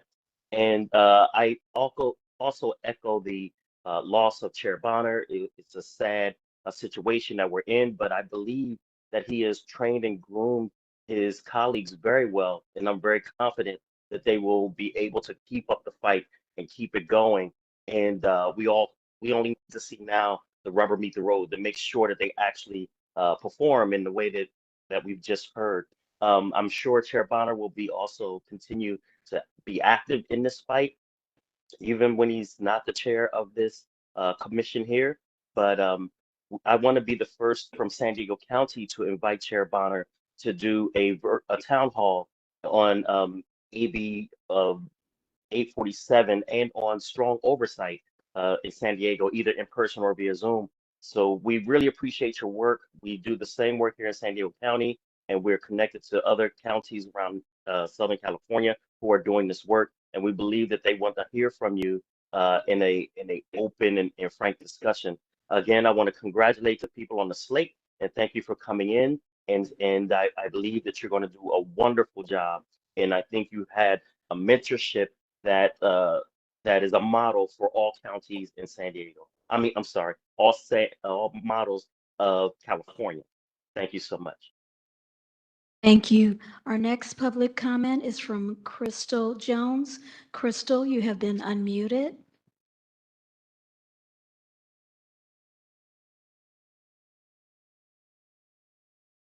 Crystal?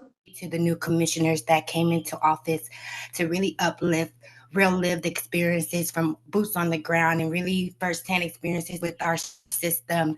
And I think even person said incarceration. So really having that leadership that could really relate back to places that might need to be closed because they're mistreating the people that we're serving, and really wanted to uplift the trust factor that I think one of the commissioners mentioned on how our commissioners are the leaders we look up to build the trust not only within our system, but the community leaders that we report to and can trust to uplift concerns, mistreatment, or barriers that are happening within the system and within our community. So I just wanted to say thank you for uplifting that and really being transparent to say what you bring to the table and how you will serve our community at large.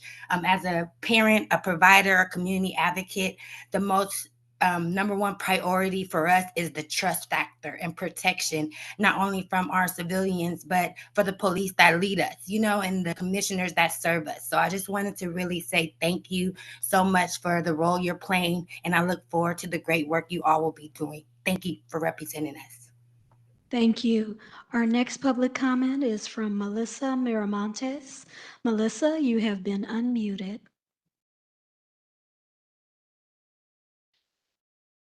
Melissa, you have been unmuted.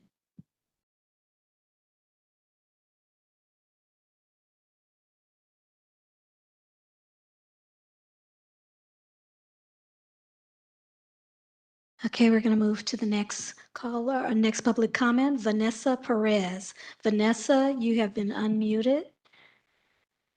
You hear me? Yes, we can hear you. Okay. Yeah, I just want to quickly say, thank you, Thank you, Bonner, for everything you've done, not just for Joseph, but for the community as well. We're gonna miss you. That's it. Thank you. Sweet. All right, Melissa Miramontes again. Melissa, you have been unmuted.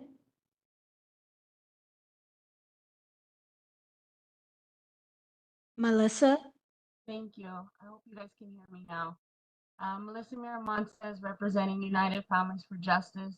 As an impacted family member who's lost their brother behind police brutality, seeing the commission oversight meeting this last few months has really opened my eyes to see the walls that we're up against as family members, facing this fight, trying to look for justice, trying to get answers, trying to get change to happen and hold people account in the law enforcement, hold them accountable. And you guys who are sitting on this panel, on this commission, I've seen and heard goals and the direction that you guys are trying to go in the fight that you guys have, just been through. I just want to say I encourage each of you guys to continue this fight no matter what. We need people like you in those seats to hold these people accountable. We fight daily. You guys are fighting with us, and we appreciate you all. So to whoever is going to take on these seats, just please don't forget us. Please don't forget the stories that you've heard. Continue to fight and hold and try to hold accountability and transparency because we need it. Our families are desperately in search of change and need answers. And there's people who are going to lose their lives in the next few months, weeks, years. And it's inevitable. So please continue doing what you're doing and don't give up because we need people like you. Thank you. Thank you, Chair Bonner. There are no further public comments on this item. So I think we can do, since it's a unanimous consent on the slate, a voice vote on this. So all those in favor of the slate of candidates that's been put forward signify by saying aye. Aye. Aye. Aye, okay. And any opposed to this slate of candidates, say nay. I hear none. Any abstentions? None. So it's unanimous. This is our slate of candidates, and we'll have the election at our July 17th meeting, at which time I hope to be here to pass the proverbial baton or gavel to Hans Johnson. In any event, it's 10:51. I think we have to take our morning break. What concerns me here is that not because we're going to lose a quorum, but Commissioner Giggins is going to have to leave at 11:30. And we have one item that relates to setting up a new PREA ad hoc committee, and I really would like her thought and input on that. I'm wondering, could we all bear maybe another, Yes. just going to that agenda item, which is item 7C. Okay, let's do that. Let me just by quick background, because this is probably kind of a no-brainer, I think, but by quick background, this month, the Board of Supervisors directed several county departments and agencies, including our commission and the IG, Office of Inspector General, to assess the impact of lost federal funding for PREA compliance and to identify ways to ensure compliance with PREA in view of that loss of funding, including by getting feedback from survivors of sexual assault in carceral settings. That means while they're confined in a jail-type institution run by the Sheriff's Department. You'll remember that we dissolved our previous ad hoc committee because, at our last meeting, because they had completed their mission and their role and made their report. So what we need to do is discuss whether the commission should create a new PRIA ad hoc committee that's devoted to, the mission would be devoted to the tasking that the Board of Supervisors has given to the commission and to respond to that tasking. I kind of think we need to create a new PRIA ad hoc, but we'll need a motion and a second, and then we need some discussion. But why don't we start off with discussion, and we'll see if that evolves into a motion. Discussion on this tasking. I think everybody's read that we've been tasked to do certain things. It's sort of duplicative with the IG, so we'll need to figure out a way to coordinate with them. But the real question now is, do we need a new ad hoc to assist the full commission in this tasking? I put the question up for questions or discussions by my fellow commissioners. Yes, Commissioner Johnson. Could this obligation be fulfilled through a reconstituted ad hoc for which this is one responsibility and one mandate, but not exclusive in its focus on PRIA?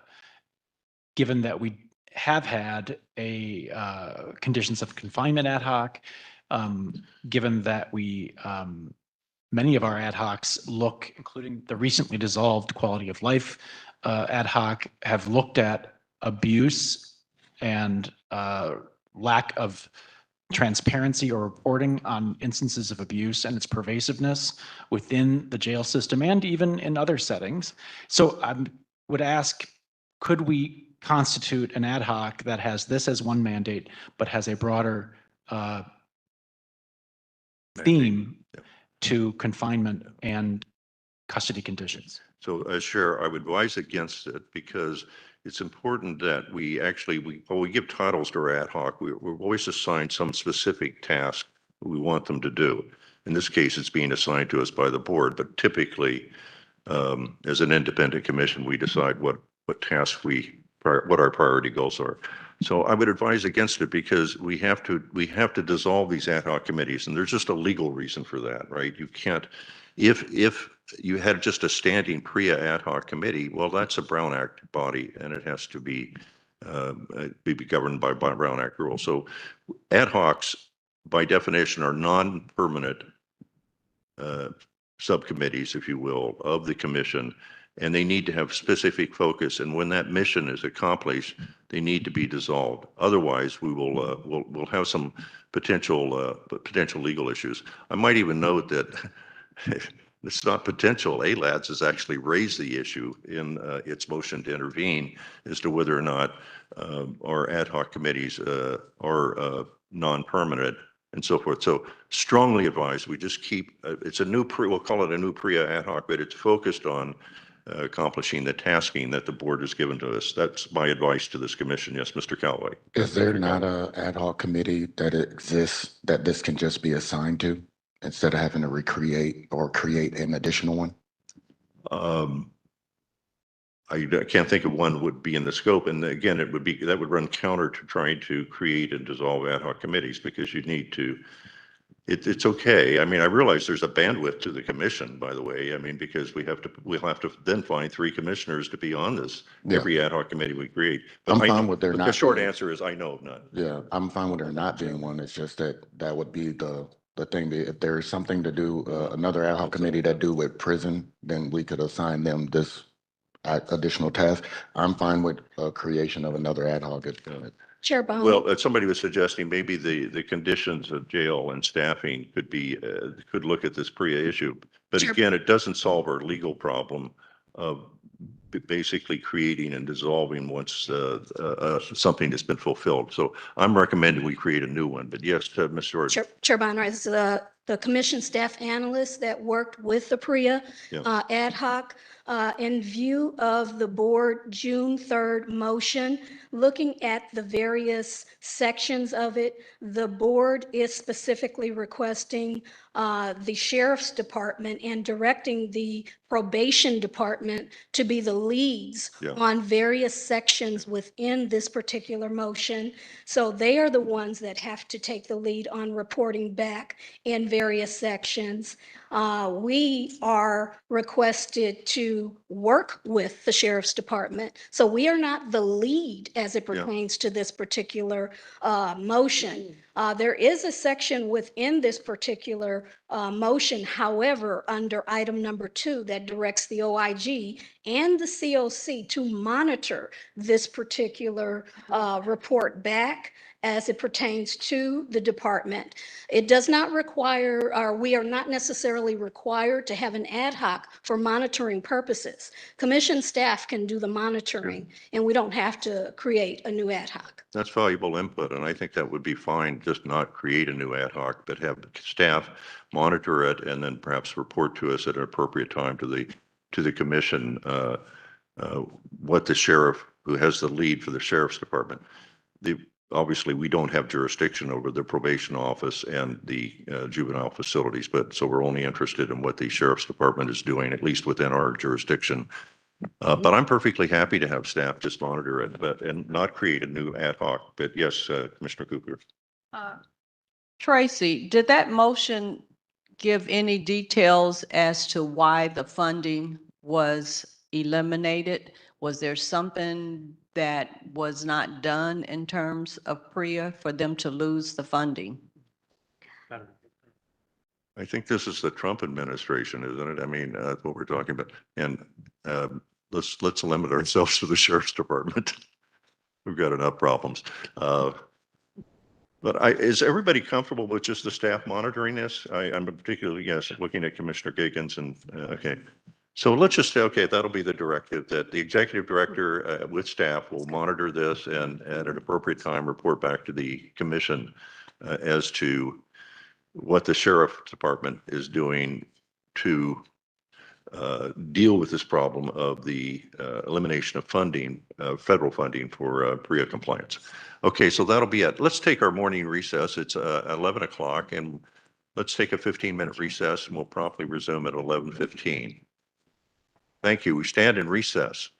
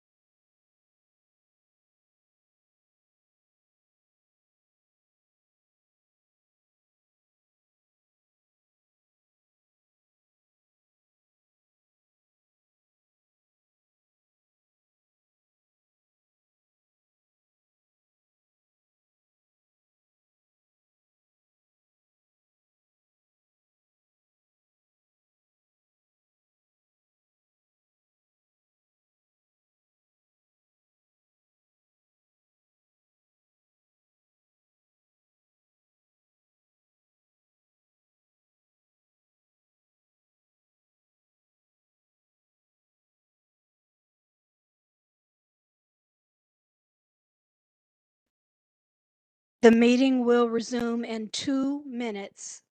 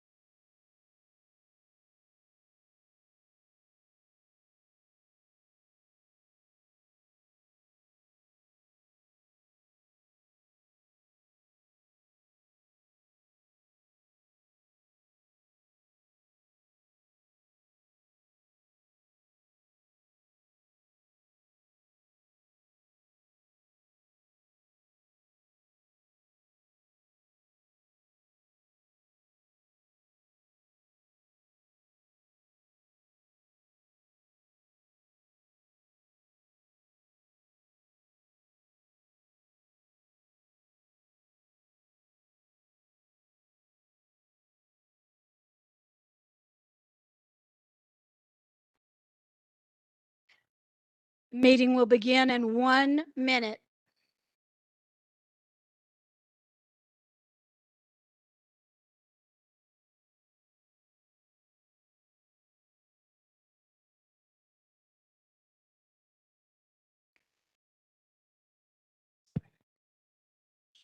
Yeah, there's a, it's based on a narrow ruling, which doesn't make me happy, because I wish they got into the constitutional issues of the requirement that she give the rating materials. Never know, but I would say it's Provide not. it, but it's, yeah, but she won. Yeah, it's a clear win. Oh, yeah, they dismissed the case. They ordered the judge. Yeah, well, I'll email it to. Hello. Send it to everybody. Are we all set? Good. Chair Bonner, we're back on the record. Okay, let's go back on the record.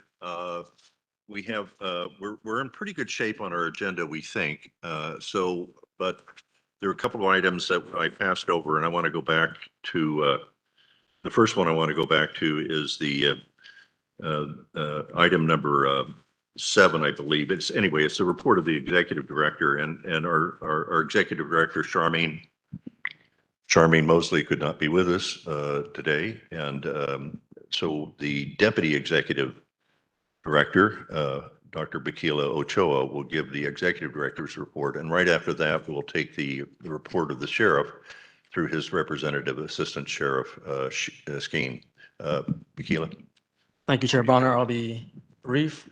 So just to begin, this is more for the commissioners. Commission staff has been working with the EO's office on a project to develop an onboarding process for all new commissioners across all commissions of the county. And so Tracy and other staff are working to pull together documents, which is a pretty decent undertaking. So there might be some slight delays in ad hoc support, but just know that, we're still short-staffed. And so staff is now working to support, obviously, the commission, and on this temporary project, support the executive office. Secondly, I know you've received multiple emails from Charmaine, Tracy, Starlet about commissioner trainings.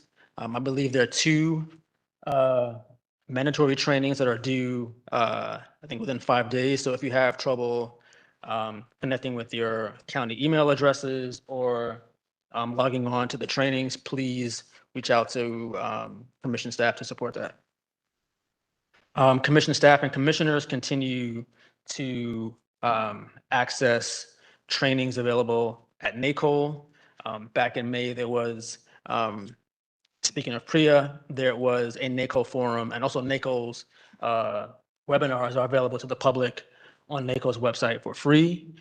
There was a webinar on the future of PRIA in light of PRIA federal funding cuts. Commission staff and commissioners attended that webinar. Also, there was a NACOL webinar on the use of artificial intelligence in civilian oversight. Commissioners and commission staff attended that webinar.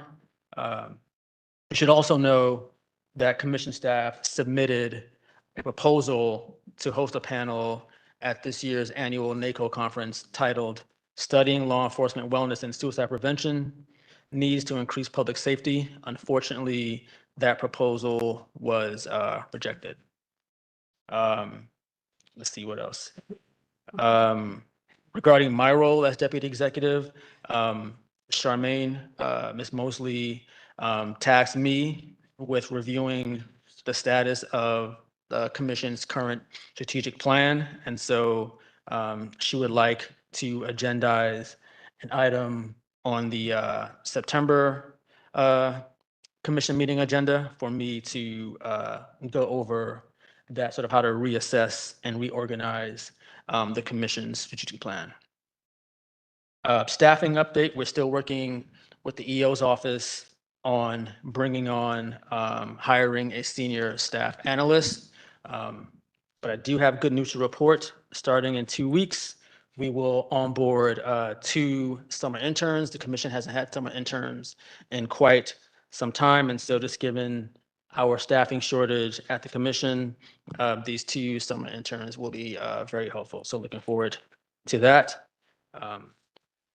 Also, Robert Flores and commission staff continue to be engaged with the community. Robert Flores attended the LASD torch run ceremony for the Special Olympics on June 5th. Robert also attended Pride at the Park in Glendale with Commissioner Johnson. Commissioner staff also, we still attend the CAC meetings, the Community Advisory Committee meetings. Staff attended the recent Temple Station CAC meeting, and staff presented at the PFLAG meeting in Glendale on January 18th. And so in addition to this meeting, ad hoc meetings, commission staff continue to be, and commissioners continue to engage with the community outside of formal commission meetings, which is very important to the commission's mission. Lastly, upcoming meetings, town halls. As Tracy mentioned, the LASD and along with the Probation Oversight Commission are organizing a joint town hall. I believe it's on Priya, Tracy? Yes, we would work with the sheriff's department based on the board motion. So again, the sheriff's department and probation department, chief probation officer would be the lead on that. We would work with them along with public health, Office of Violence Prevention. Great, thanks, Tracy. And we're also in the process of organizing in July a listening session on the community's experiences with deputy gangs. We sent out invitations to LASD personnel to attend that meeting, in addition to PPOA union reps. And so hopefully personnel from those 2 agencies, in addition to commissioners, and more importantly, or most importantly, the community attends that listening session in July. And lastly, we're in the process of planning our annual conference. We had a very successful annual conference last year, and so we're thinking about either having an annual conference this year or delaying it until early 2026 to celebrate the commission's 10th year anniversary. And that's it for my report. Let me ask if there are any questions of the Deputy Executive Director or comments before we move to the next item. Is there any consideration of getting NACOL here? That was when Charmaine was first hired. That was, I think, one of her asks to the EO. And so I think she would love to have that. So we can resume those conversations. But I know that's something that she very much would want to do. It would be an Olympic feat. Yes, yes, it would. It's a great idea, though, to get have the next or one of the next NACOL conferences actually here. Other questions or comments of the of Dr. Ochoa? Okay, hearing none. Let's turn to the sheriff's report. Sheriff Luna, as you can see, is not able to be at this particular commission meeting, as he, along with other members of the sheriff's department, are supporting the city of Baldwin Park as it honors Officer Samuel Riveros, who was killed in the line of duty this month. We have with us Assistant Sheriff Skeen, who will give the sheriff's report. Jason? Thank you, Judge. And thank you for acknowledging the tragic and unfortunate circumstances that have taken the sheriff away from the meeting today, which is the passing of Officer Samuel Riveros with the Baldwin Park Police Department, as our department pays our respects to that agency and his family today. I'm going to highlight just a couple things going on in the organization in light of recent events with respect to the demonstrations and unrest. Our department is reviewing our response to that demonstration and unrest over that 2-week to 3-week period. I imagine we're going to find some things that we did well and some things that we could improve upon. I also wanted to highlight some positivity with respect to employee wellness and the board's recent actions. They're currently funding 9 new positions within our Psychological Services Bureau. 7 of those positions will be new, 2 are previously restored positions. These will include 3 law enforcement psychologists, 3 industrial organizational consultants, 1 assistant director, 1 operations assistant, and a secretary as well. These services will help to support and expand clinical counseling and consultation services throughout the department for the department members and their family, as well as support on-site unit consultation engagement across the department as well. Another thing I did want to highlight is, in fact, a positive in the community with respect to great strides in public safety. Crime is currently down more than 10.7%. This is a reduction in 3,841 Part 1 crimes as of this week, which is an approximate decrease of 665 Part 1 crimes per month. And lastly, I just wanted to comment, I know it was there was some questions last time that I was here with respect to the staffing crisis. The department is improving its position over the last 60 days. We've had a net gain of 123 sworn personnel. This has been accomplished through decreasing vacancies and also decreasing impairments as well. And that is the end of my report. Let me ask if there are questions or comments of the Assistant Sheriff.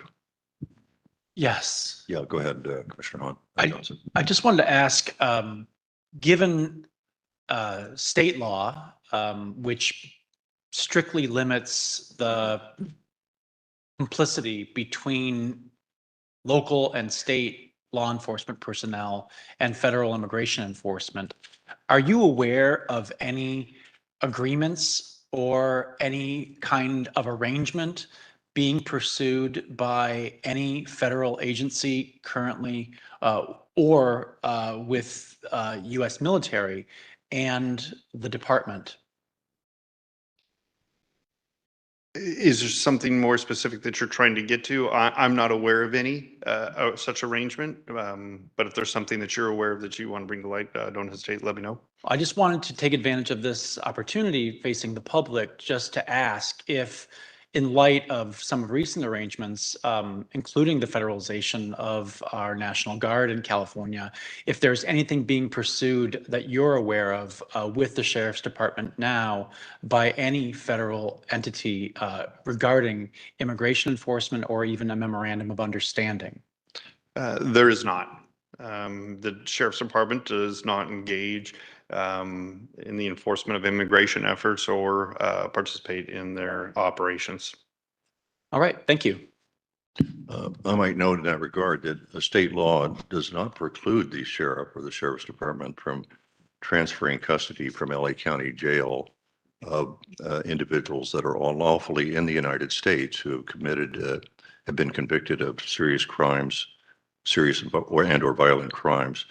I'm not going to put the assistant sheriff on the spot here, but state law does not preclude that. And the problem is, if the sheriff isn't doing that, not only are individuals who are not lawfully in the country being released back into the community, but it actually causes more problems because then ICE has to go out into the community to apprehend these people. And that endangers the public, it endangers ICE agents, and it causes obviously a lot of consternation. So I'd at least perhaps at the next meeting ask the sheriff to explain to us why he is not transferring custody to ICE under administrative warrants of ICE that he's on notice of, or the Sheriff's Department's on notice of, to ICE in a safe and secure setting, which is a transfer of custody actually at the IRC at the county jail. You want to, by the way, let me, Assistant Sheriff Skeen, do you want to comment on that, or you want to Thank you, Judge. I appreciate that. The department has had a longstanding practice of, in various forms or another, of complying with lawful detainers. We do not break the law. We will, in fact, one, enforce it, and two, follow it. As a result, we do transfer inmates over to any of the federal agencies that have a lawful order. All right. I'll leave it at that. But other questions or comments of the sheriff's representative? Okay, I don't hear any. Oh, wait a minute. Did I miss somebody? Oh, Dara?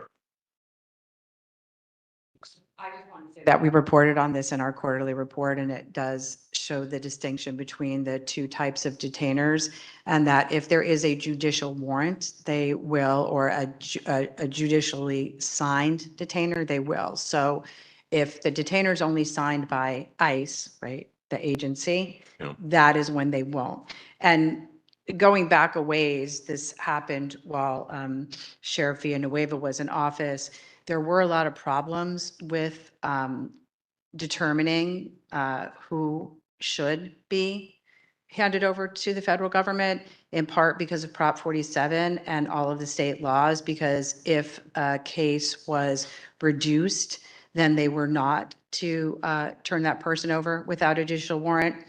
And so I think the Sheriff's Department rightly tried to simplify things to make it very clear that they would in fact provide, release someone convicted of a serious or violent felony to the federal agencies, but that they would only do that with the proper detainer or the proper arrest warrant. So that they are complying with the law, and I think they're doing it in a way that ensures that they don't make a mistake by handing somebody over that would violate state law. But in fact, they will cooperate with the federal authorities if the appropriate detainer or an arrest warrant are signed. You know, this is a very complicated and it's a controversial issue, and it is relevant to this commission, but the reality is that an administrative warrant, there's state law does not preclude the sheriff from essentially complying with an administrative warrant for deportation. So, I mean, I just disagree that if that's the legal position, I don't believe it's viable. And secondly, I'll just point out something that, you know, doesn't get covered by the media or anything like that. But, you know, I was the United States Attorney for this district at one time earlier in my career. And the reality is the only way to get a judicial warrant is for the U.S. Attorney's Office to approve a criminal prosecution, file a criminal complaint, and have a warrant issued under that criminal complaint or indictment, which means that the U.S. Attorney's Office itself is committed to prosecuting that unlawful alien. And the reality is the system, it rarely does that unless it's somebody that has re-entered the United States after having been prior deportation. So the reality is there are going to be very few judicial warrants, but there's no reason not to.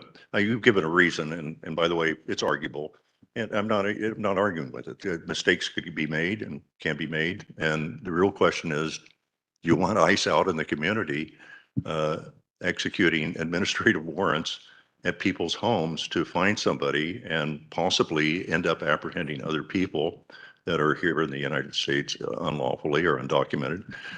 I just think it's a bad policy if the sheriff can actually honor administrative warrants to do that. But that's just me, and I'm not sure. I wouldn't put it up to motion here because probably I'd lose. But I'm just making that observation. I mean, it's just not a wise policy, if that's the sheriff's policy, not to honor administrative warrants that are timely given to him by federal law enforcement agencies. And also it's inconsistent with the cooperation that we'd like to see. And we would like to see with respect to federal and local law enforcement. It's really inconsistent with that whole notion that we are a federal republic and law enforcement has to be cooperative with federal law enforcement, and state law enforcement, local law enforcement have to cooperate. Yes, Tracy. Back in 2018, this commission adopted an immigration policy adherence report related to the Sheriff's Department. Yeah. One of the recommendations to the department was that it develop somewhat of a report back associated with the number of actual requests and or actual detainers that it receives from ICE for individuals that are in their custody. Since 2018, the Sheriff's Department has been placing a report on their website under the transparency section, under custody reports, that actually reports out the number of inmates within the facilities, the number of actual detainers that have been received, also reports out the number of individuals for which they have turned over to ICE custody. So if individuals are interested in that information, it is and has been readily available on the LASD website and is consistent with SB 54. Yeah, thank you for that. It's always good to have, Tracy Jordan is the commission historian. She's been with the commission as long as I have, if not maybe longer, I don't know, but anyway, at least 8.5 years. Okay, so those are just observations. Obviously, it's just something that perhaps the next chair or at the next meeting, this commission will want to take up with the sheriff or not take up.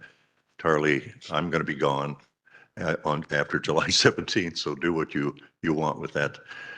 By the way, it's a hot potato for sure. It's obviously, I don't need to tell anybody here, this is the LA community has been roiled, and hopefully things are calming down a bit. So enough political observations. I deferred one item that we need to get to, and that is the annual report, 2024 annual report, which is actually item 4 on the agenda. And I deferred it because, first of all, I wanted to say a couple of things about it. I want to particularly thank staff, and I just praised Tracy Jordan, but I'm going to praise her again for putting together an excellent annual report, 2024 annual report. But if you look at that annual report and really think about it, there's something missing, and that is the annual report lacks an organizational chart. By the way, I've done annual reports. I've been on various committees, including the public committees, statewide committees and the like. I've never seen an annual report that doesn't have an organizational chart, but ours doesn't. And there's a reason for it. And that is that some time ago, I had proposed to our executive director that we include an organizational chart, which I'll make part of the record here, of the Civilian Oversight Commission. And it shows a relationship between the executive director and the Oversight Commission. It shows a reporting relationship. And it also shows a reporting relationship between the executive director and the executive office for the Board of Supervisors. The relationship to the commission between the executive director, in my view, and I leave this, actually, I will commit this to our next chair, Commissioner Johnson. But the organizational chart is, as I believe it should be, that the executive director does report and take guidance from the commission with respect to any oversight matter involving the sheriff's department. What the commission's priorities are, what the strategies are to execute those priorities, our press releases, and so forth, that put out the messages that we think the commission should put out about what it's doing to perform effective oversight. On the other hand, the executive director does report unquestionably to the executive office and the executive officer for the board. That's a gentleman by the name of Mr. Edward Yen. She does report to him for purposes of administrative matters, which are HR, personnel matters of our staff, and the budget of the Oversight Commission. So for administrative matters, she is reporting to the executive officer. So we don't have a report because this report, this organizational chart that I am submitting and making part of the record was rejected by Mr. Yen, and he prefers an organizational chart, which I'll also make part of the record, which shows that our executive director reports solely to the executive officer for the Board of Supervisors. The problem with this organizational chart, which I did not accept on behalf of the commission, is that it ignores the fact that the commission actually is a commission that is independent and performs independent oversight. And so it just creates some issues that have caused some confusion between the staff, well, not the staff itself, because the executive director manages the staff. But it has caused some confusion between Mr. Yen and the commission, or at least with me. I've tried to resolve this with Mr. Yen, apparently unsuccessfully, because his view of the world is that the Civilian Oversight Commission, despite the fact that it's the only commission with independent subpoena authority and has authority to investigate for systemic issues within the sheriff's department, his view is we're just like all of the other 100 county commissions and boards, and they all report to him. But we're saying, no, our executive director should be taking guidance from the full commission with respect to matters that relate to oversight. So we have that issue, and I just wanted to point out that issue, and that's the reason we don't have an organizational chart in our 2024 annual report. But I will tell Commissioner Johnson that our 2025 FY 2025 annual report actually is due August 1. So I don't know that we'll actually make that deadline, but I would really like to see an organizational chart that's agreed to by the executive office that reflects the independence of the commission, at least with respect to matters that relate to the oversight mission and duties of this commission. So I just wanted to get that on the record. I don't mean to leave work behind, but that's work I'm leaving behind. And I will encourage, after July 17th anyway, Chair Johnson to get together with Mr. Yen and see if you can resolve this, because it would really be helpful. It's led to some unfortunate things, like Mr. Yen has insisted that our press releases be pre-cleared through him, which is totally unacceptable. I mean, our press releases are our message, not Mr. Yen's. And the reality is that everything we send to Mr. Yen, press releases or anything else, goes directly to county council, which not only delays the matter, and the press releases can't be delayed if you've really got a message you want to put out. So it's just an unacceptable situation, and to me, and we, by the way, I have tried to gloss over it and finesse it as best I can. I'm probably not the best finesser around, but it is there, and we need to resolve it because it is a fundamental issue to ultimately to how the county views this commission, and the county needs to view this commission, including the executive officer, as a commission that provides independent oversight. It's not reporting to the Board of Supervisors or the executive office or county council. It's an independent commission. And I made that point in my very first chair statement in 2017, that we're an independent commission. So this isn't like something new that I'm proposing, but it's never been totally resolved, and it needs to be resolved. So that's just my comment on it. I'm going to ask for a motion to approve the 2024 annual report. Since it is the commission's report, I think we should approve it. And I'll make that motion. I need a second, and then let me open it up for discussion. Okay. Do I have a second? Okay. All right. So it's moved and seconded that we approve the 2024 annual report. I don't even know if anybody wants to discuss it. Yes, Commissioner Cooper. And both of the charts. Yeah. So chart that does include supervisors. Yeah. Should be there or should? No, we obviously, it's not the Board of Supervisors, it's the executive office for the Board of Supervisors. So if you have any personnel issue, we need more staff. We have to go through executive office for the Board of Supervisors to get more staff. There's a job description change. We have to go through the executive officer of the Board of Supervisors to get that done. If we want more money than our $2.1 million budget, which, by the way, if you want to compare that to the sheriff's department budget, I mean, it's like infinitesimal. She reports to Edward Yen, the executive office, but for matters of oversight, mission duties, she reports and takes guidance from this commission. we give her the guidance. What are our priority goals? We do that by setting the strategic plan and the priority goals, which, by the way, our executive director came up with. I mean, I credit her for coming up with priority goals, but anything that relates to oversight, this is the commission, and the commission needs to give her guidance, and not Eddie Yen, not the executive officer. That's what our proposed chart would. By the way, play with it. I mean, I'm just putting it out there, but here's Mr. Yen's chart, and we're not even on it. The Oversight Commission's not even on his organizational chart, so we know what that reflects. Thank you for that question. Any other, before we call a question on, well, I need to take public comment, I guess, don't I? Because there's a motion. But any other comments or observations on the annual report? Okay, there are none. Before we, could I hold public comment on this because I know I've just been told that the Deputy Inspector General Dara needs to leave, and I actually wanted to give her, I'm just going to call on it right now, Dara. I'm sorry.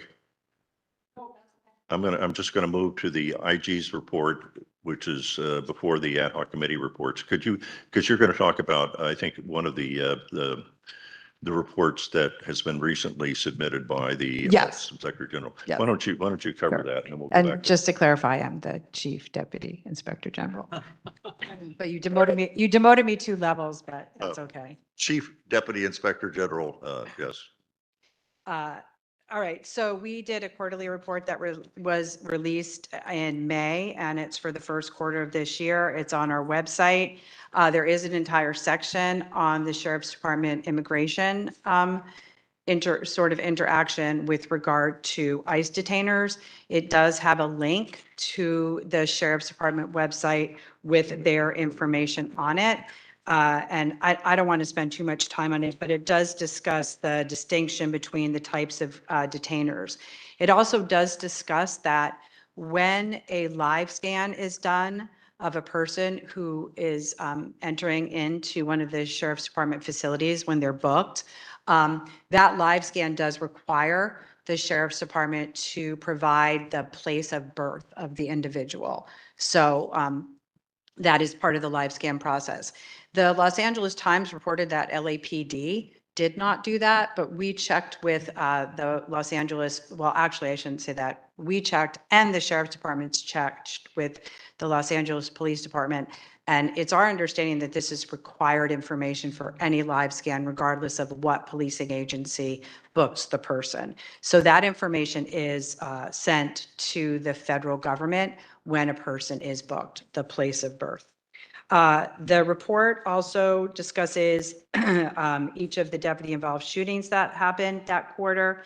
In particular, there was one that I actually rolled to where we were not permitted into the scene of the shooting, nor was the Sheriff's Internal Affairs Bureau or their training bureau.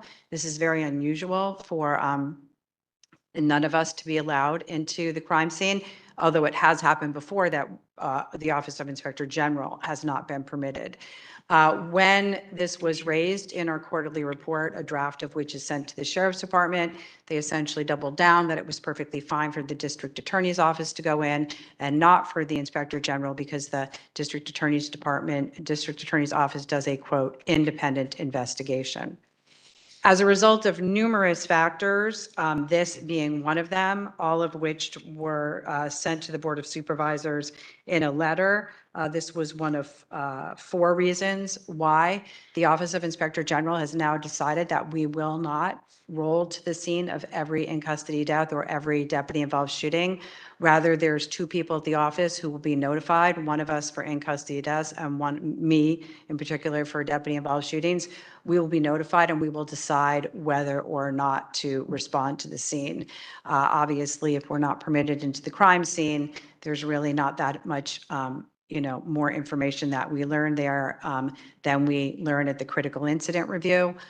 There is the benefit now that there is body worn camera and that most of the time the deputies turn them on, but not all the time, so that we can look at that. So the main factors that we cited in making this decision are the denial of access to crime scenes, the delays in responding to Office of Inspector General requests, which are still happening.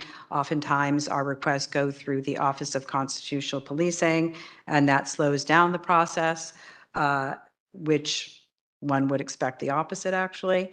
That we do go to critical incident reviews for deputy-involved shootings and other critical incidents in the field.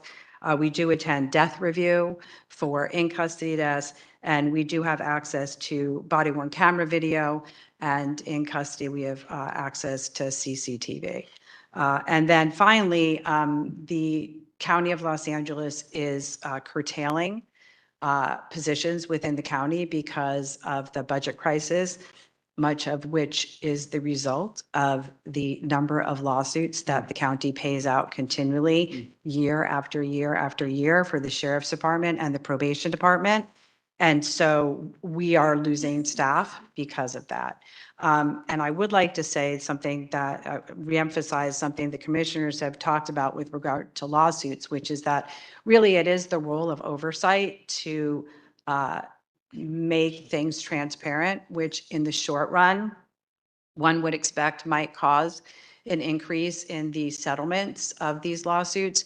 But if any of our recommendations or any of the Civilian Oversight Commission's recommendations were actually adopted, the goal of those recommendations is to, in the long run, lower the costs of litigation and lower the payouts. Yes. That has not happened, and it hasn't happened because despite the fact that the Sheriff's Department now also has internal oversight, our recommendations are routinely ignored. The Civilian Oversight Commission's recommendations are routinely ignored. And that includes taking years to meet and confer with the unions to essentially get a deputy gang policy on the books that is the law in California, and failing to get on the books anything with regard to deputy secret societies.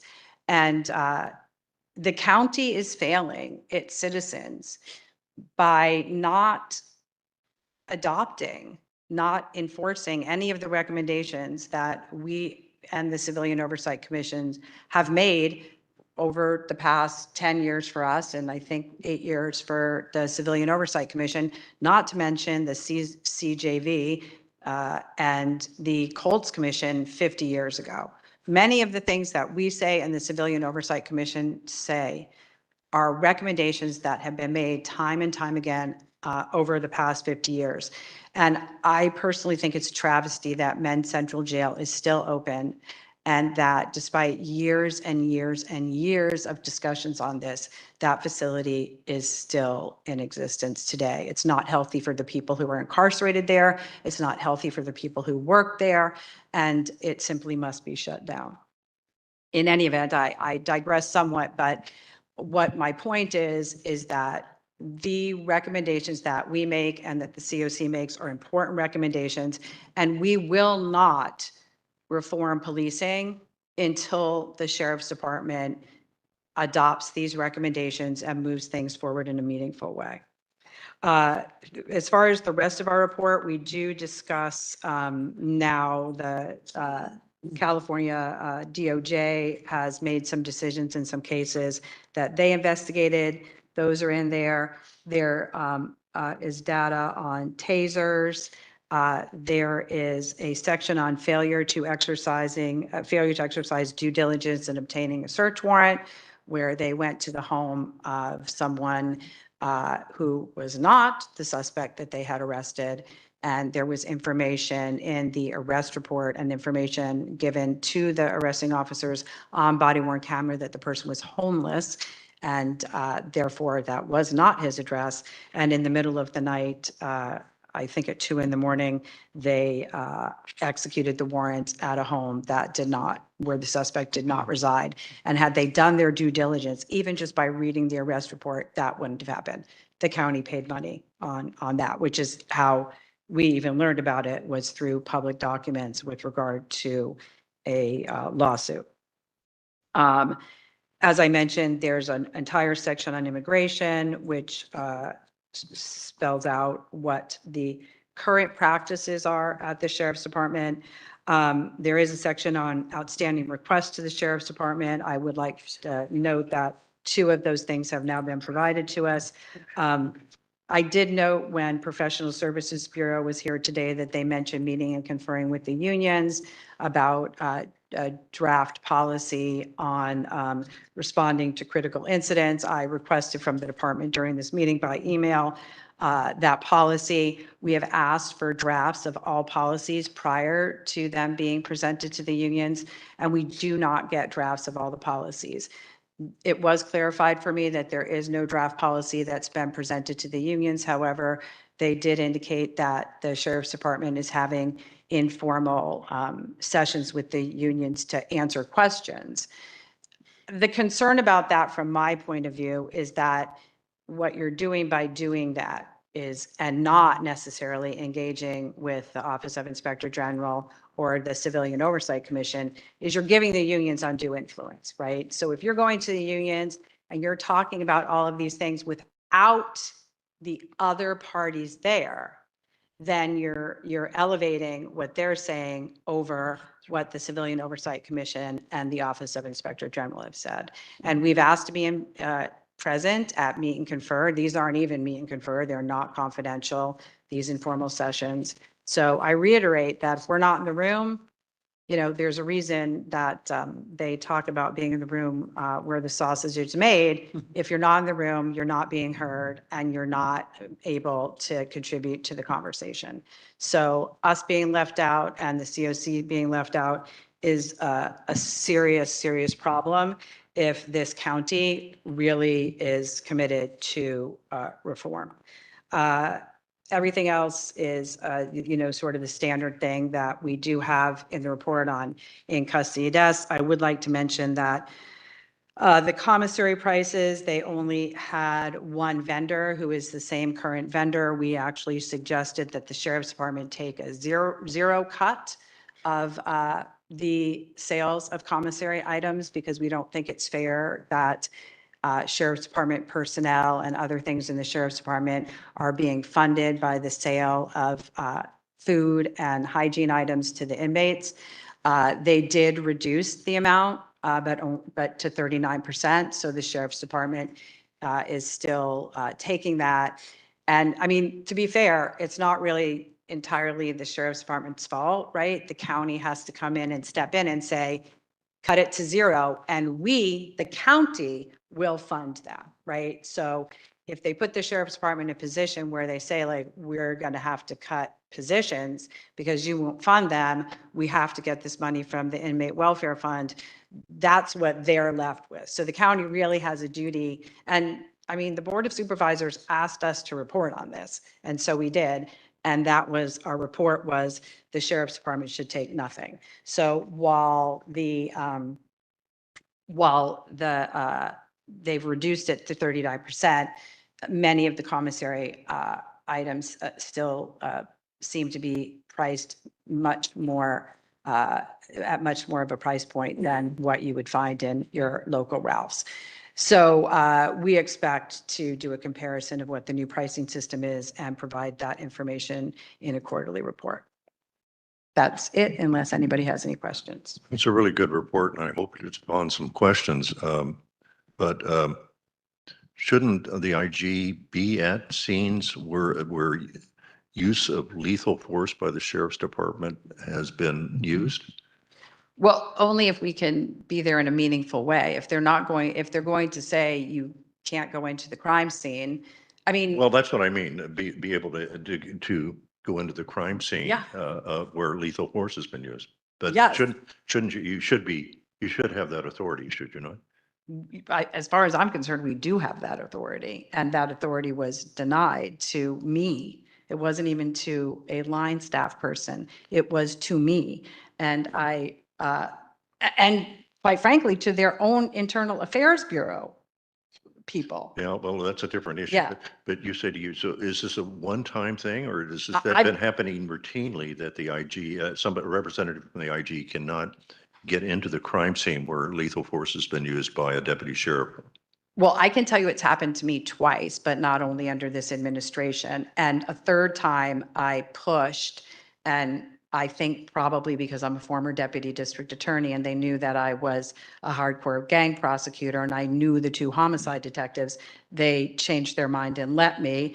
And then another time, the captain, then captain of homicide was there. And so I talked him into it. When it was an in custody death, at the time I called Brendan Corbett and he overruled homicide and let me get closer. So it's happened to me a number of times and it has happened to other people. I don't know that I'd say it's routinely, but it shouldn't happen at all. Yeah, it shouldn't. And are you saying though, is the IG, has it abandoned going to the scene where there's been the use of lethal force against a citizen or resident? Have you abandoned that, or I mean, or what's the current status of the IG with respect to rolling out to crime scenes where lethal force has been used?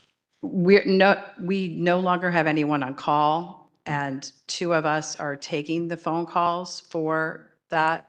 And if I decide to roll out to a deputy involved shooting, I will go. And if the person who's our in custody death person, who's the head of our custody team, the assistant inspector general for our custody team, she would decide whether to go or call one of our colleagues to go. I believe it's the position of this commission, but let's open it up for discussion, but that the IG should be going out and have personnel, doesn't have to rely on a former deputy district attorney or the chief deputy inspector general, but it should be able to have access to the crime scenes where lethal force has been used by a sheriff's deputy. That's pretty simple and straightforward. And we would encourage the IG to tell us what we can do to facilitate that. At least that's my position on it. But let me open it up for discussion and comment. Any other discussion or comment with Ms. Williams? If there is any. Yeah, I'd like to comment. I can't see. I would encourage the OIG's office to continue to respond to all those incidents. If in fact there is a member of the OIG staff, many of them have my cell phone number, please contact me. I oversee the homicide bureau that handles the initial rollouts. I would encourage you not to change your practice, but if you so do, it's only my recommendation. So please continue to roll out. And if they do not get access, please, you can call me 24 hours a day. If the people do, you might as well too. I think the thing, I mean, I shouldn't have to. That's the thing. Like, there's a Yeah, I would agree. message, it's been messaged to the department that they're supposed to cooperate with us.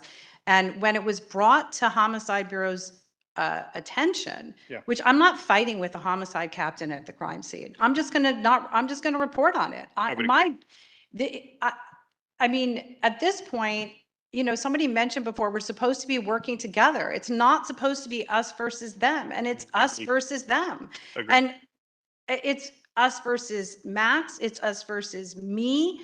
We're not talking about line staff here. We're talking about the highest level of our office. And I understand we're a small office, but we are talking about the highest level, and we get pushback. And I mean, we get drips of information. We have to send things to constitutional policing. And it's just very frustrating that this is still happening, 11 years after the Inspector General's office was formed. And we have internal oversight at the Sheriff's Department and nothing is better. I mean, the only thing that's better is that Mr. Luna, Sheriff Luna, is not in the face of the Board of Supervisors. But someone asked me the other day if I preferred Sheriff Villanueva. Someone from the Sheriff's Department asked me, would I prefer Sheriff Villanueva or Sheriff Luna? And I actually said, well, at least with Sheriff Villanueva, we knew where we stood because he was forthright about it. To be honest, he actually put a deputy gang policy on the books without meeting and conferring. It was not a good policy. It was a weak policy. And he undercut the message of the policy by doing a video on it that specifically undercut the message. But he did it without meeting and conferring. So I don't know. I actually don't know the answer to that question. I mean, Sheriff Villanueva actually gave. Not the point of what we were talking about. Well, You're kind of going off but course. But it is the point. Okay. because- I just want to say to the point- Wait, one at a time. Let Dara complete her thought and then Thank you, ma'am. Jason, I'll get back to you. But I realize it's getting a little bit off subject, but Dara, go ahead. Sure. I mean, the bottom line is that this is a symptom of the problem, and that's my point. This is one example of the problem that continues to exist with regard to the relationship of the Office of Inspector General, which is sole role is oversight of the Sheriff's Department and the Probation Department. And this is just an example of what is continuing to happen despite the fact that there's messaging to the department members that we are to be cooperated with. Okay, so I want to go back to Assistant Sheriff Skeen for any response you might want to make to that, and then I'll open it up for further questions. Yeah, thank you. Again, my recommendation is to continue to respond out. I don't want you to be negligent in your duties. That would be failing on many aspects. None of us want that. Ms. Williams, can you tell me the date in which you were denied access to the scene so I can go back and review as well? Could we do that offline here? Yeah, thank you. Because we actually, I need to complete this. I've got to complete this meeting in another 48 minutes. So let's do that offline. Thank you, Judge. But Ms. Williams will communicate that to you, I'm sure, forthwith. Any other further comments or thoughts? Yes, Commissioner Callaway, you were first, and then Commissioner Cooper. So Can't see also- anybody on the right side here, so, all right. Yeah, so also just offline, I think that what we should actually figure out or ask the question is, what are we actually going to do to ensure OIG has the ability to go to every scene without the call, so that it's just a natural part of the process? And I think that then we would solve that issue, because if the top echelon of leadership says that they should have access and the bottom part of the frontline employees are saying that they shouldn't, then that is something that has to be fixed. And we need to see an actual artifact that actually goes towards the solution, so that we all aren't just frustrated by spinning our wheels. Because I don't think that it's proper to say that you don't, for the OIG to continue to go and not be negligent of the duties, it is OIG is actually not allowed to go. So the person at the scene is being negligent of their duties by not allowing the OIG on the scene. So That's more of a comment, I think, to the question, which is fine, by the way. Comments are fine. Let's see, Commissioner Cooper. make sure that we actually get an artifact to say how we're going to solve it. Okay. Commissioner Cooper, and then Commissioner Johnson.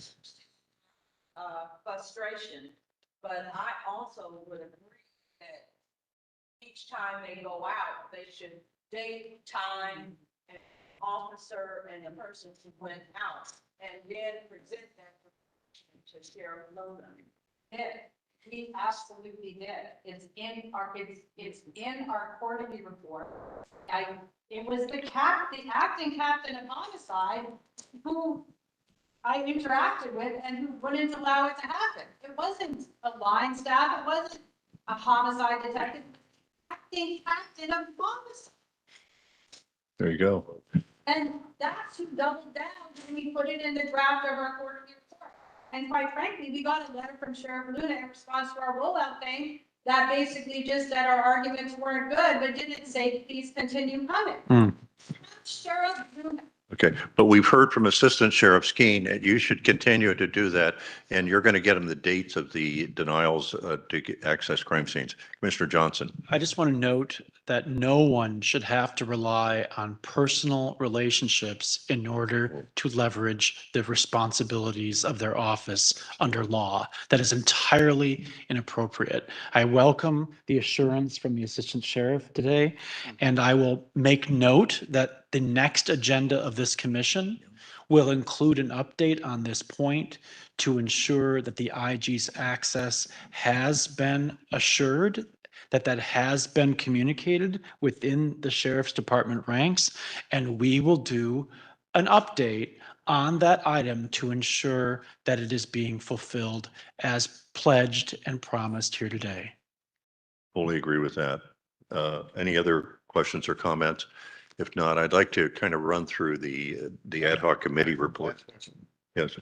Yes. And this is going to be a question, Chair Bonner. Okay. I promise. Well, this doesn't have to be. Okay. Is there a policy about informal meetings? Because as a commission, we can't do informal meetings. So I would like to know, is there a policy for the sheriffs to not have informal meetings about contractual obligations, memorandums of order, all those different things.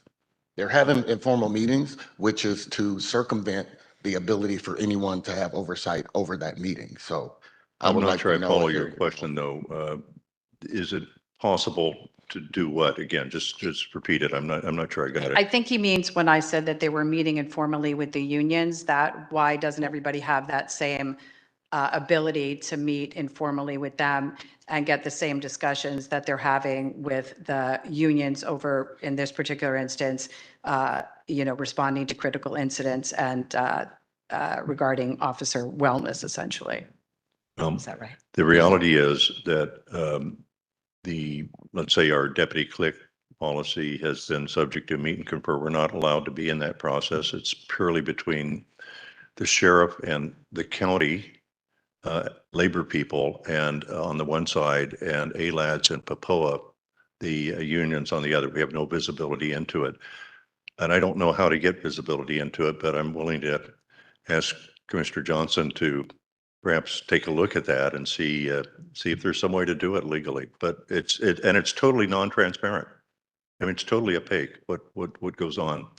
So we have no idea why it's taking so long, over 2 years, to adopt an anti-click, deputy click policy, when we know that every deputy click that's ever been found to exist, and they are secretive, has turned into something that's clearly, legitimately called a deputy gang. Okay, so that's best I can do. So any other questions or comments of the Chief Deputy Inspector General Dara Williams? If not, I think we only have a few ad hoc committee reports here, and I'd like to roll through them, and then we'll take public comment on the IG's report and this, as well as the motion for the annual report approval. The first ad hoc committee is the commission vacancy interview panel, which I'm chairing. And I can report that the commission staff is reviewing 15 applications to fill the commission post that's been vacated by Sean Kennedy, which is an at-large commission position. And the interview panel will, the staff is going to separate the applicants who do not meet the minimum qualifications to be a commissioner.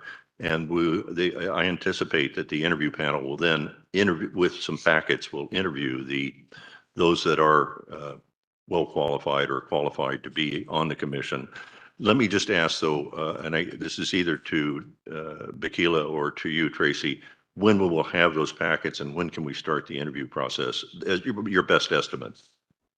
At this time, the best estimate is that within a week, we will be getting information to the Executive Director, Charmaine Mosley, and Deputy Executive Director Ochoa, as far as the review of the 15 applications, as far as meeting the minimum requirements.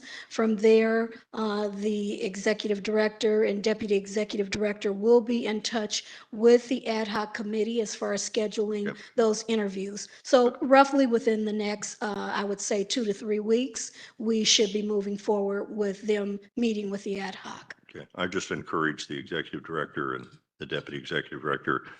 We're already short. We're going to be down to 7 commissioners here after July 19th. And it's really important that we have bandwidth on the commission and a full complement of 9 commissioners. So anything that can be done, I'll direct this to the deputy executive director, Ochoa, to move this forward so we can start the interview process, because we really need to move it along. Okay, so the next report is deputy gangs ad hoc. I guess I'll report on that, just that we are conducting an online survey of community members of the public, to share their experiences with deputy gangs within the Sheriff's Department, and requesting community input and from the community. The commission itself will conduct a virtual community listening session on July 10th, I believe is the date. Both are part of the commission's effort to fulfill a 2023 board request or directive to report back with qualitative data from members of the public on the impact of deputy gangs and deputy cliques. So that's just a report. And we'll move forward with the listening session and the online survey. Irma, do you have a report, an update on the jail conditions and staffing ad hoc committee? Okay, there's no report there. Hans, do you have an update on the technology ad hoc committee? Yeah, I'll keep it brief. We have a meeting scheduled with the undersheriff, April Tardy, coming up next month. We are finalizing a date for that consultation, stemming from a letter seeking the guidance of our technology ad hoc on some revisions in policy and possibly in practices involving drones and other technology by the department. At the same time, our ad hoc is looking at expanded use of drones and a pilot program operating by the Sheriff's Department that they have said plainly will go beyond the existing policy that has been in place and voluntarily adopted by the Sheriff's Department, complying with 2015 guidelines about drone use. So we are very much alert to expanded use of drones by the department. Our guidance has been requested, but we are also exerting oversight on expanded use in conjunction with contract cities, including West Hollywood. So more to come, and stay tuned to our committee. Okay. Good. Thank you for that report. And I think that's the only reports we have from ad hoc. Well, no, there's a use of force committee that's still, it's still around, I guess. And I just wanted to briefly say that the update there is just to indicate, and this is mainly for members of the public, that we were going to do a special hearing and educational presentation that's been prepared by Loyola Law School with respect to the three civil rights cases in federal court in which deputy sheriffs were convicted of using unconstitutional force. That special hearing has been postponed, and I hope a new date will be established for a special hearing and educational presentation.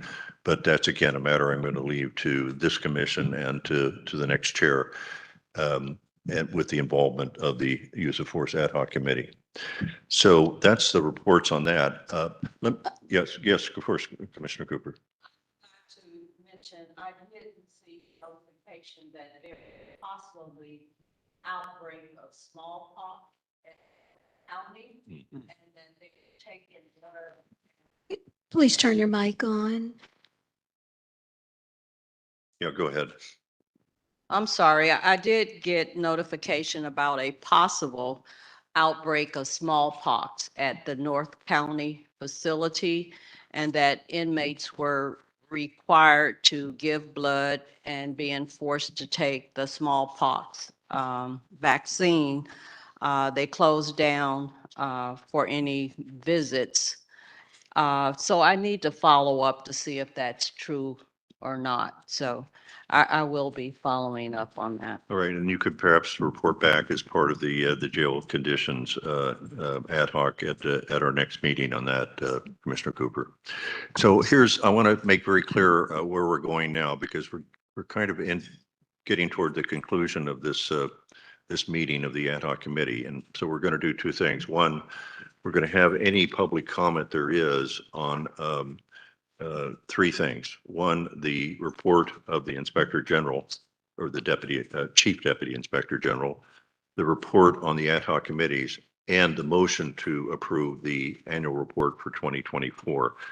So we'll specifically address those topics with any public comment, and then we're going to segue to general public comment, and that's the opportunity for anybody that's here to make comment on anything we've discussed today or anything we haven't discussed, so long as it's within the jurisdiction of the Civilian Oversight Committee and its oversight of the Sheriff's Department. Does that sound okay to you, Tracy? And can you maybe start? Well, point of Comment process. clarification with you, the annual report is under consent. So do you want to receive and file it, or actually have a motion? I actually wanted a motion. It is the commission's report, and I think it should approve it. And so it is motion, and so we need public comment on that motion before we vote on it, I believe. So that'll be included, but we're kind of combining a couple of things for public comment. And people that make public comment on any of those three issues, if you could identify the one you're speaking to. don't have to make the general public comment now because we'll take that that'll be the very next item we'll take on the agenda. Does that make sense to you, Tracy? It sure does. Yeah, We'll well, move that's on to great. Let's public- start with public comments. Sounds good. Our first public comment is from Cindy Nunez. And then if we can have Allie Rubenfield stand in line, along with Gina Youngblood stand in line, please.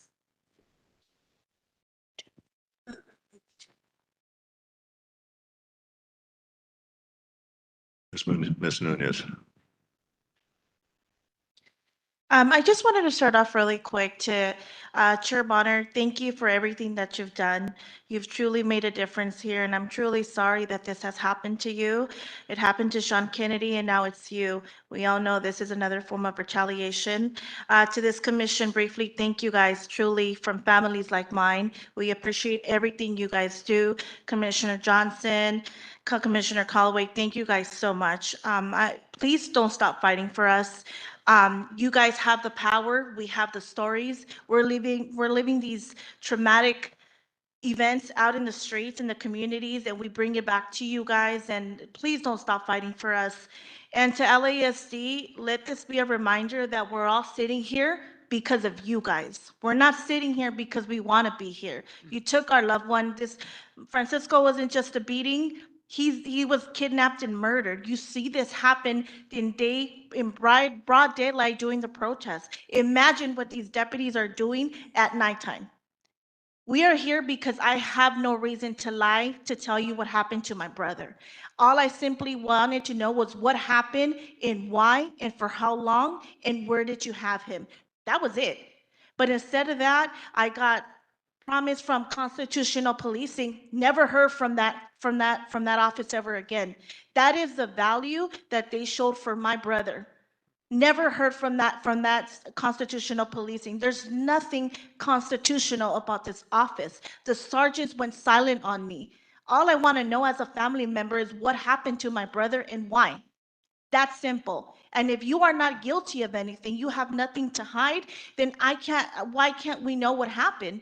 I've been denied reports. I've been denied everything that has to do with my brother. And that's not okay. And that's why we're here. This is why this commission holds you guys accountable, or at least is trying to hold you guys accountable. Thank you. Thank you. Next, we have Allie Rubenfield, Gina Youngblood, if you can stand in line, and Ron Dow, if you can stand in line.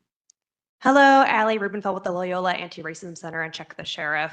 I'm going to start by commenting on the OIG's report. While I completely agree that the county is failing by not adopting the OIG's and the commission's recommendations and policies, I am very concerned about the idea of the OIG stopping showing up at use of force or in custody deaths. It is meaningful just to have the OIG there. We hear about deputies huddling, we hear about deputies collaborating, and we need someone who is invested in understanding what's going on with the department, present at these incidents. Plus, even just knowing that they're being denied speaks volumes and is a major red flag for what's going on at these incidents. Separately, on the chair's report, it's no coincidence that Chair Bonner, just as he's becoming more vocal about independent oversight and is at his loudest, is being silenced by Supervisor Barger. This decision is coming at a time when public scrutiny of law enforcement is at its highest, as communities are facing mass raids by masked individuals who even our mayor says look like they bought their uniforms on Amazon. Removing Chair Bonner at this moment is the board sending a clear message that it is more concerned with the appearance of peace between the commission, the board, the COC, and LASD than it is an actual effective oversight. Every person supporting this commission and on this commission needs to take a deep look at whether it is possible to do your mandate in a climate where the most vocal and dogged proponents of actual law enforcement oversight are systematically pushed out by the COC, by the board and the county council.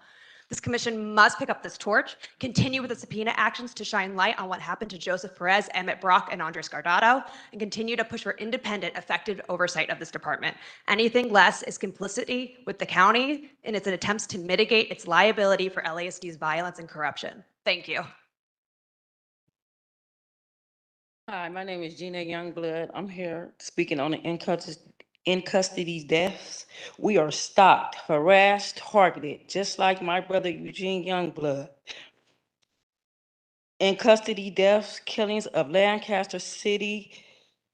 some Lancaster City citizens, even kidnapped.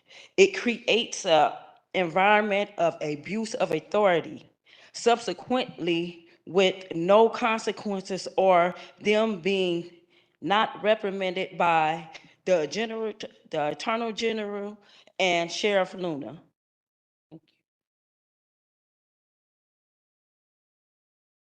Thank you, Mr. Rondo.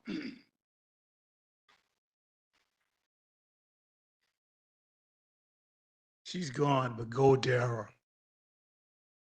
Ron Dow, National Association of Blacks in Criminal Justice Southwest Region, Compton Chapter.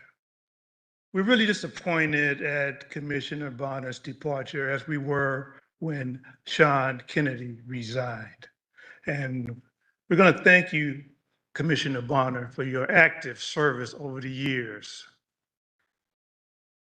LA County does not apparently favor effective custody or county oversight, not unlike the city of Compton. The county does not want the 3 priority goals accomplished. LA County does not want to change and seems comfortable with the high levels of excessive force payouts year after year after year at taxpayers' expense. Comment about the survey, the online survey about sheriff gangs.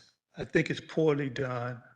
And it's not really the way to survey. It's not going to actually survey the key population. It's not going to get the folks who have the most interaction with sheriff deputies. And it needs to be another approach, for example, like the one that Rand did a couple of years ago, where you seek out and talk to the people who have the information that you're looking for. Lastly, I traveled a great distance to get here to this public meeting. It's inconvenient. There's no easy access here. And then when I finally do get here, there's no coffee or water. At least I'm told that the public doesn't have access, but the public pays for all of this. That's right. So at least you could do, since you're not convenient to Compton, the South Central, is provide water and coffee. Thank you. Thank you. We have one online public comment, Deanna Brock. Deanna, you have been unmuted.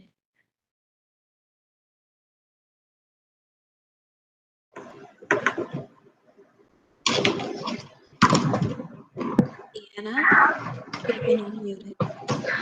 I just want to say thank you to the Chief Deputy Inspector General, Ms. Williams, with us today. Thank you for your honesty and candor about the lack of progress with transparency with LASD and the board. I think that you should still show up at these shootings because otherwise they turn it around. Even though you're saying, why should we show up if we're not going to be given access? At least still showing up and fighting for access shows that you and your department still want to try to do the right thing. Again, I will also say that removing Chair Bonner is a travesty to this commission and to the community.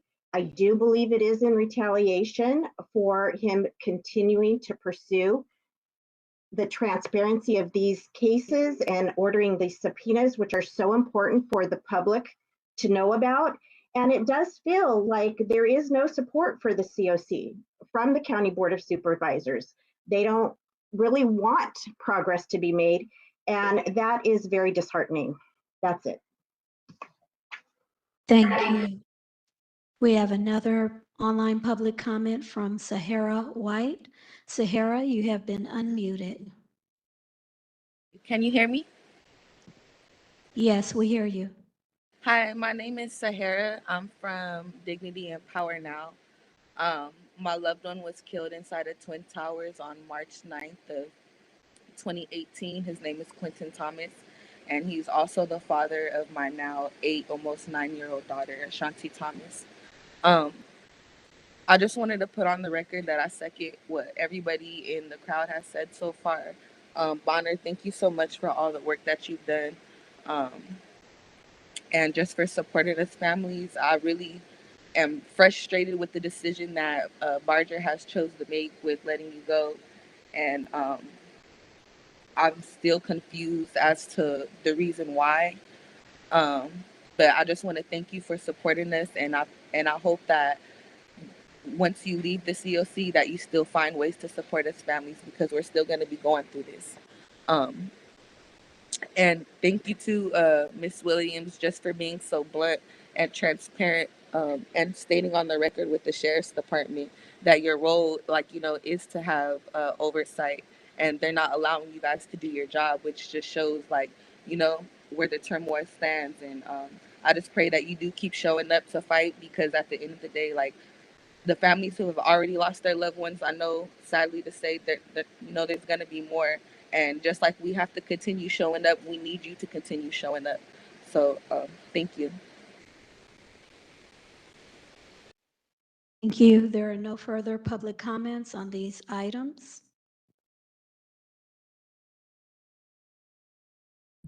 Is there further public comment, or is that? Not on these items. We do have general public Okay, comments. well, I think we could segue to general public comment then. Okay, we'll go ahead and move with the general public comments. If we can have, Wait a minute, before we do that. Well, I'm just reminded, we do need to take, I think it can be by voice vote, but on the motion to approve the 2024 annual report, it's been moved, we approve the report. It's been seconded. I'll take a voice vote. All those in favor say aye. Aye. Aye. All those opposed, no. Any abstentions? No. So it's unanimous. The report's approved. Now let's go to general public comment. Thank you. right, moving on to general public comment, we have Isaac Ashbury. If you can go to the podium. Steve Hill, if you can take the line. Helen Jones, if you can take the line behind Mr. Hill. Thank you.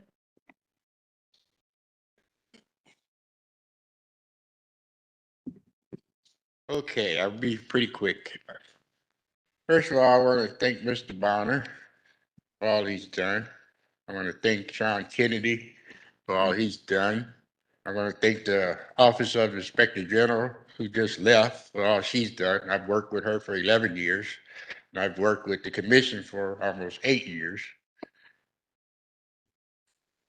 But right now, I want to submit two cases. One is an in custody death of Eric Brasino, and the other one is Timothy Neal. These two cases, county council, they want to go to court. They settled out of court for $16 million on this case. So I want to enter this for you to take a look at it. The other case, they settled without going to court because there were so many East LA banditos involved in this situation. They settled that case for $16 million. So I want to present these two cases to you for your review. And then I want to give the respect that the 8 deputies who won their lawsuit in dealing with the banditos back in the Kennedy situation. Remember that? They won $80 million. That's not including lawyers' fees, right? So with Barner, Kennedy, Max Huntsman, I've been dealing with them for all these years, and my goal is to make the county pay millions and millions and millions of dollars till they listen to the people that know what they're doing. Last but not least, I want to present Mr. Johnson an award from the National Association of Blacks in Criminal Justice. We don't give these awards lightly. You're going to have to put in the work because we're from Compton. We'll chase you down. So if you don't put in the work, you'll hear from us.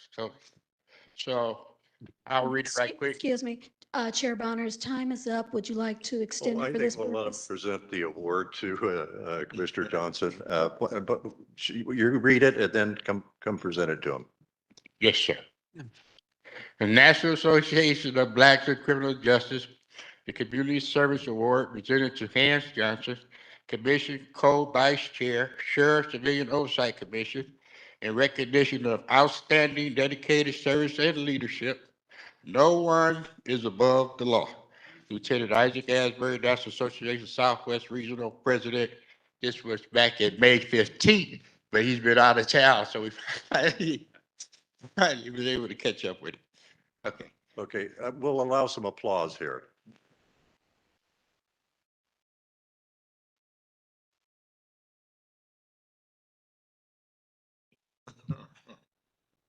We need to take a picture. Okay, or get a photo op. Oh, yeah, photo op.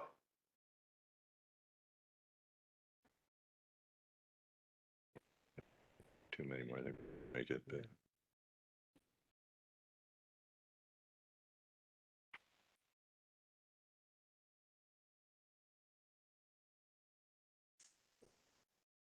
Thank you.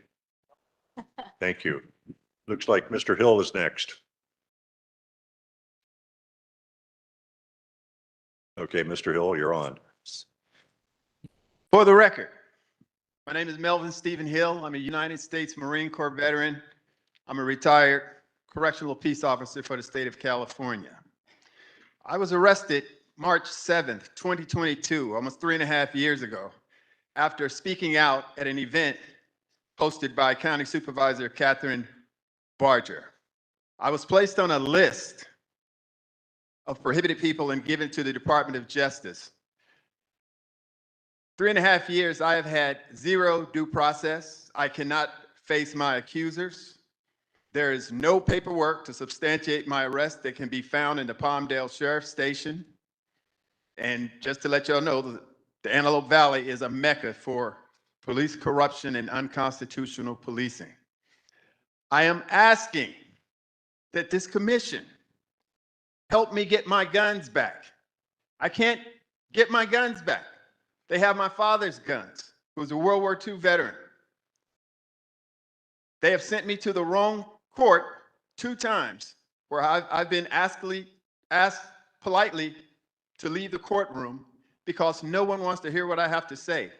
There are at least 8 elected politicians in the Antelope Valley that know about this arrest, and they refuse to say anything, one of which I ran for Congress against last year. I am asking, I am pleading once again for the commission to look into my arrest.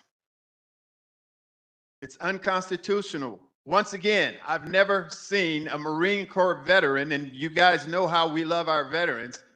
I've never seen a veteran treated like this, with no due process at all. I would like to get my father's weapons back. Thank you guys very much. And I look forward to talking to you at the next meeting. Semper Fi. Thank you, Mr. Hill. Now we have Helen Jones. And if we can get Minerva Garcia to stand in line and Nicholas Garducci to stand in line. Hello, everyone. My name is Helen Jones. I'm co-chair of Check the Sheriff, also with Dignity and Power Now organization. I just want to say thank you, Chair Barner, for all the work you have done. Thank you, commissioners, for the work that y'all doing, trying to bring transparency to this body. My first time coming here was in March 2017. 2017. And at that time, you know, I was just like every other parent, thinking that I was going to get some transparency, not knowing that this body didn't have power. So we really do appreciate y'all fighting for the power for the community, because we need it. And we hate to see you go, Barner, because we know why they're getting rid of you. We understand why. Every time that we get right close to the door of having power for this commission, the stop signs get in the way, and you being took out of this body is just another stop sign. So we just really hope and pray that y'all continue. Please don't stop fighting for the community. Please don't let the sheriff department keep inflicting more trauma on the families like they keep doing. And just like they've been harassing families, y'all been going through the same harassment, even the OIG board.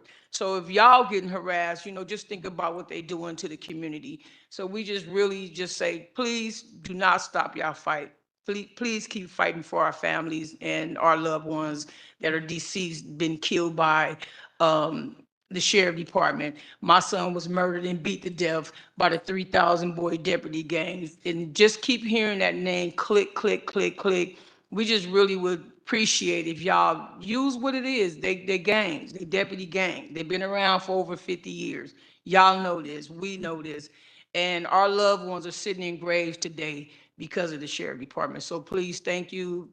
Keep fighting for us. Thank you. Thank you. Minerva Garcia. My name is Minerva Garcia. I'm here on behalf of the Check the Sheriff's Coalition. I want to preface my comments by saying ICE is a criminal rogue agency at this point, and anyone supporting it is a fascist. After your comments, Mr. Bonner, my support for you has become razor thin, but I will say this because I'm trying to be nice. Bonner's ouster from the COC is a disturbing and calculated firing by Catherine Barger, because many people who have been coming to COC meetings know that Supervisor Barger is extremely pro-cop and pro-ICE. In the years that I've seen Mr. Bonner handle the business of the COC, he has been thorough and fair in his assessments of the LASD. We all know that LASD is so corrupt that it shouldn't exist. While we give this lawless agency billions of dollars, they keep brutalizing with impunity the community they supposedly serve. LASD keeps doing whatever it wants, continuing to let this agency be run by deputy gangs. I didn't always agree with Mr. Bonner's tenure, but I saw the man evolve, and he understood how corrupt LASD is and trying to bring accountability to this horrible agency.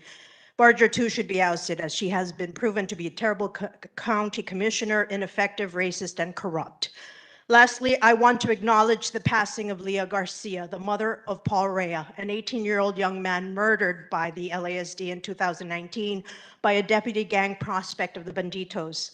Leah Garcia died of cancer, leaving behind her 5 remaining children, including a 5-year-old.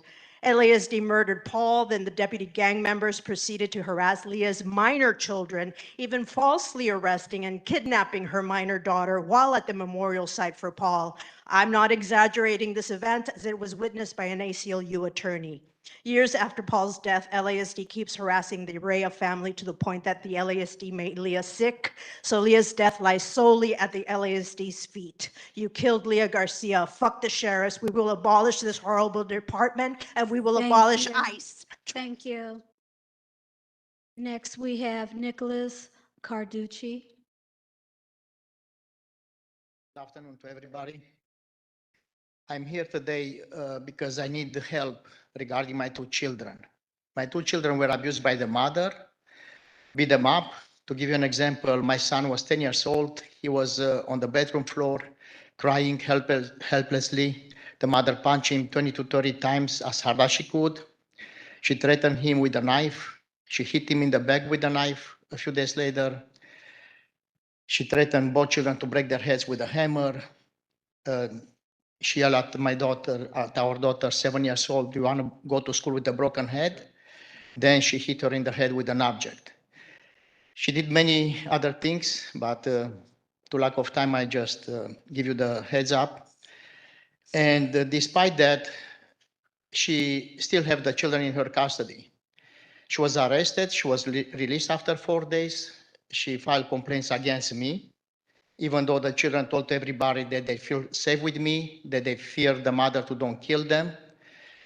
After 2 months, CPS kidnapped the children from me based on false allegations and took it to the mother. The mother and her family again abused the children, beat them up, threatened them, and this abuse continued to be for more than a year. CPS retaliated against me and against the children, threatened them to don't speak anymore about abuse, because if they do, they will be sent to the foster care, they will be lost in the system, and I could never find them again. They threatened me in different ways. They separate me from the children. And again, the children still with the mother. The sheriff department doesn't do anything about it. They are all together with the CPS. The CPS filed false claims against me. I proved that they were false. I proved it with evidences. I have evidences when the mother hit our son in the jaw. Thank you. Everything else. Thank you. Our next. So I need your help. Our next comment we have is online. We have a public comment from Carlos Montes. Carlos, you have been unmuted. Afternoon. This is Carlos Montes. I'm with Centro CSO. Sorry I couldn't join you. I want a general public comment. Yes, the COC, you've tried to do some good work. So I support the work of the Civilian Oversight Commission to continue to advocate, organize, and fight within the LA County bureaucracy. I know it's so hard to deal with the bureaucracy, but keep up the work. And, I didn't hear what happened to Mr. Bonner. I was late to get on the call, so I apologize. But if he's leaving, I think that's a big loss to the COC. And the other thing I want to point out that unfortunately the sheriff department is out there helping the ICE agents that are in our community. I know that Luna said they don't do immigration. But they're doing security, they're doing that type of security. Also, they were involved in helping the FBI and the National Guard arrest former Marine young man Alex Orellana at his house just for participating in one of the demonstrations. So look out for the case of Alex Orellana. He's a Teamster, shop steward, never been arrested. He's being charged with felony charges with that new the new U.S. attorney that we have here is going after peaceful protesters and activists. So be on the watch out for that. I know you deal with the county and the sheriffs, but right now the Trump is using the arm of the FBI and the U.S. Attorney's Office to come after peaceful protesters. Thank you very much. Keep up the work. Have a nice day. Thank you. Our last public comment is from Vanessa Perez. Vanessa, you have been unmuted. Hi. I want to go ahead and say earlier Jason Skeen said crime was down 10%. I want to know how is that possible when there are masked men out there beating and kidnapping our community members all over Los Angeles as we speak? When will the sheriff's department stand up and protect the community? Abolish ICE immediately.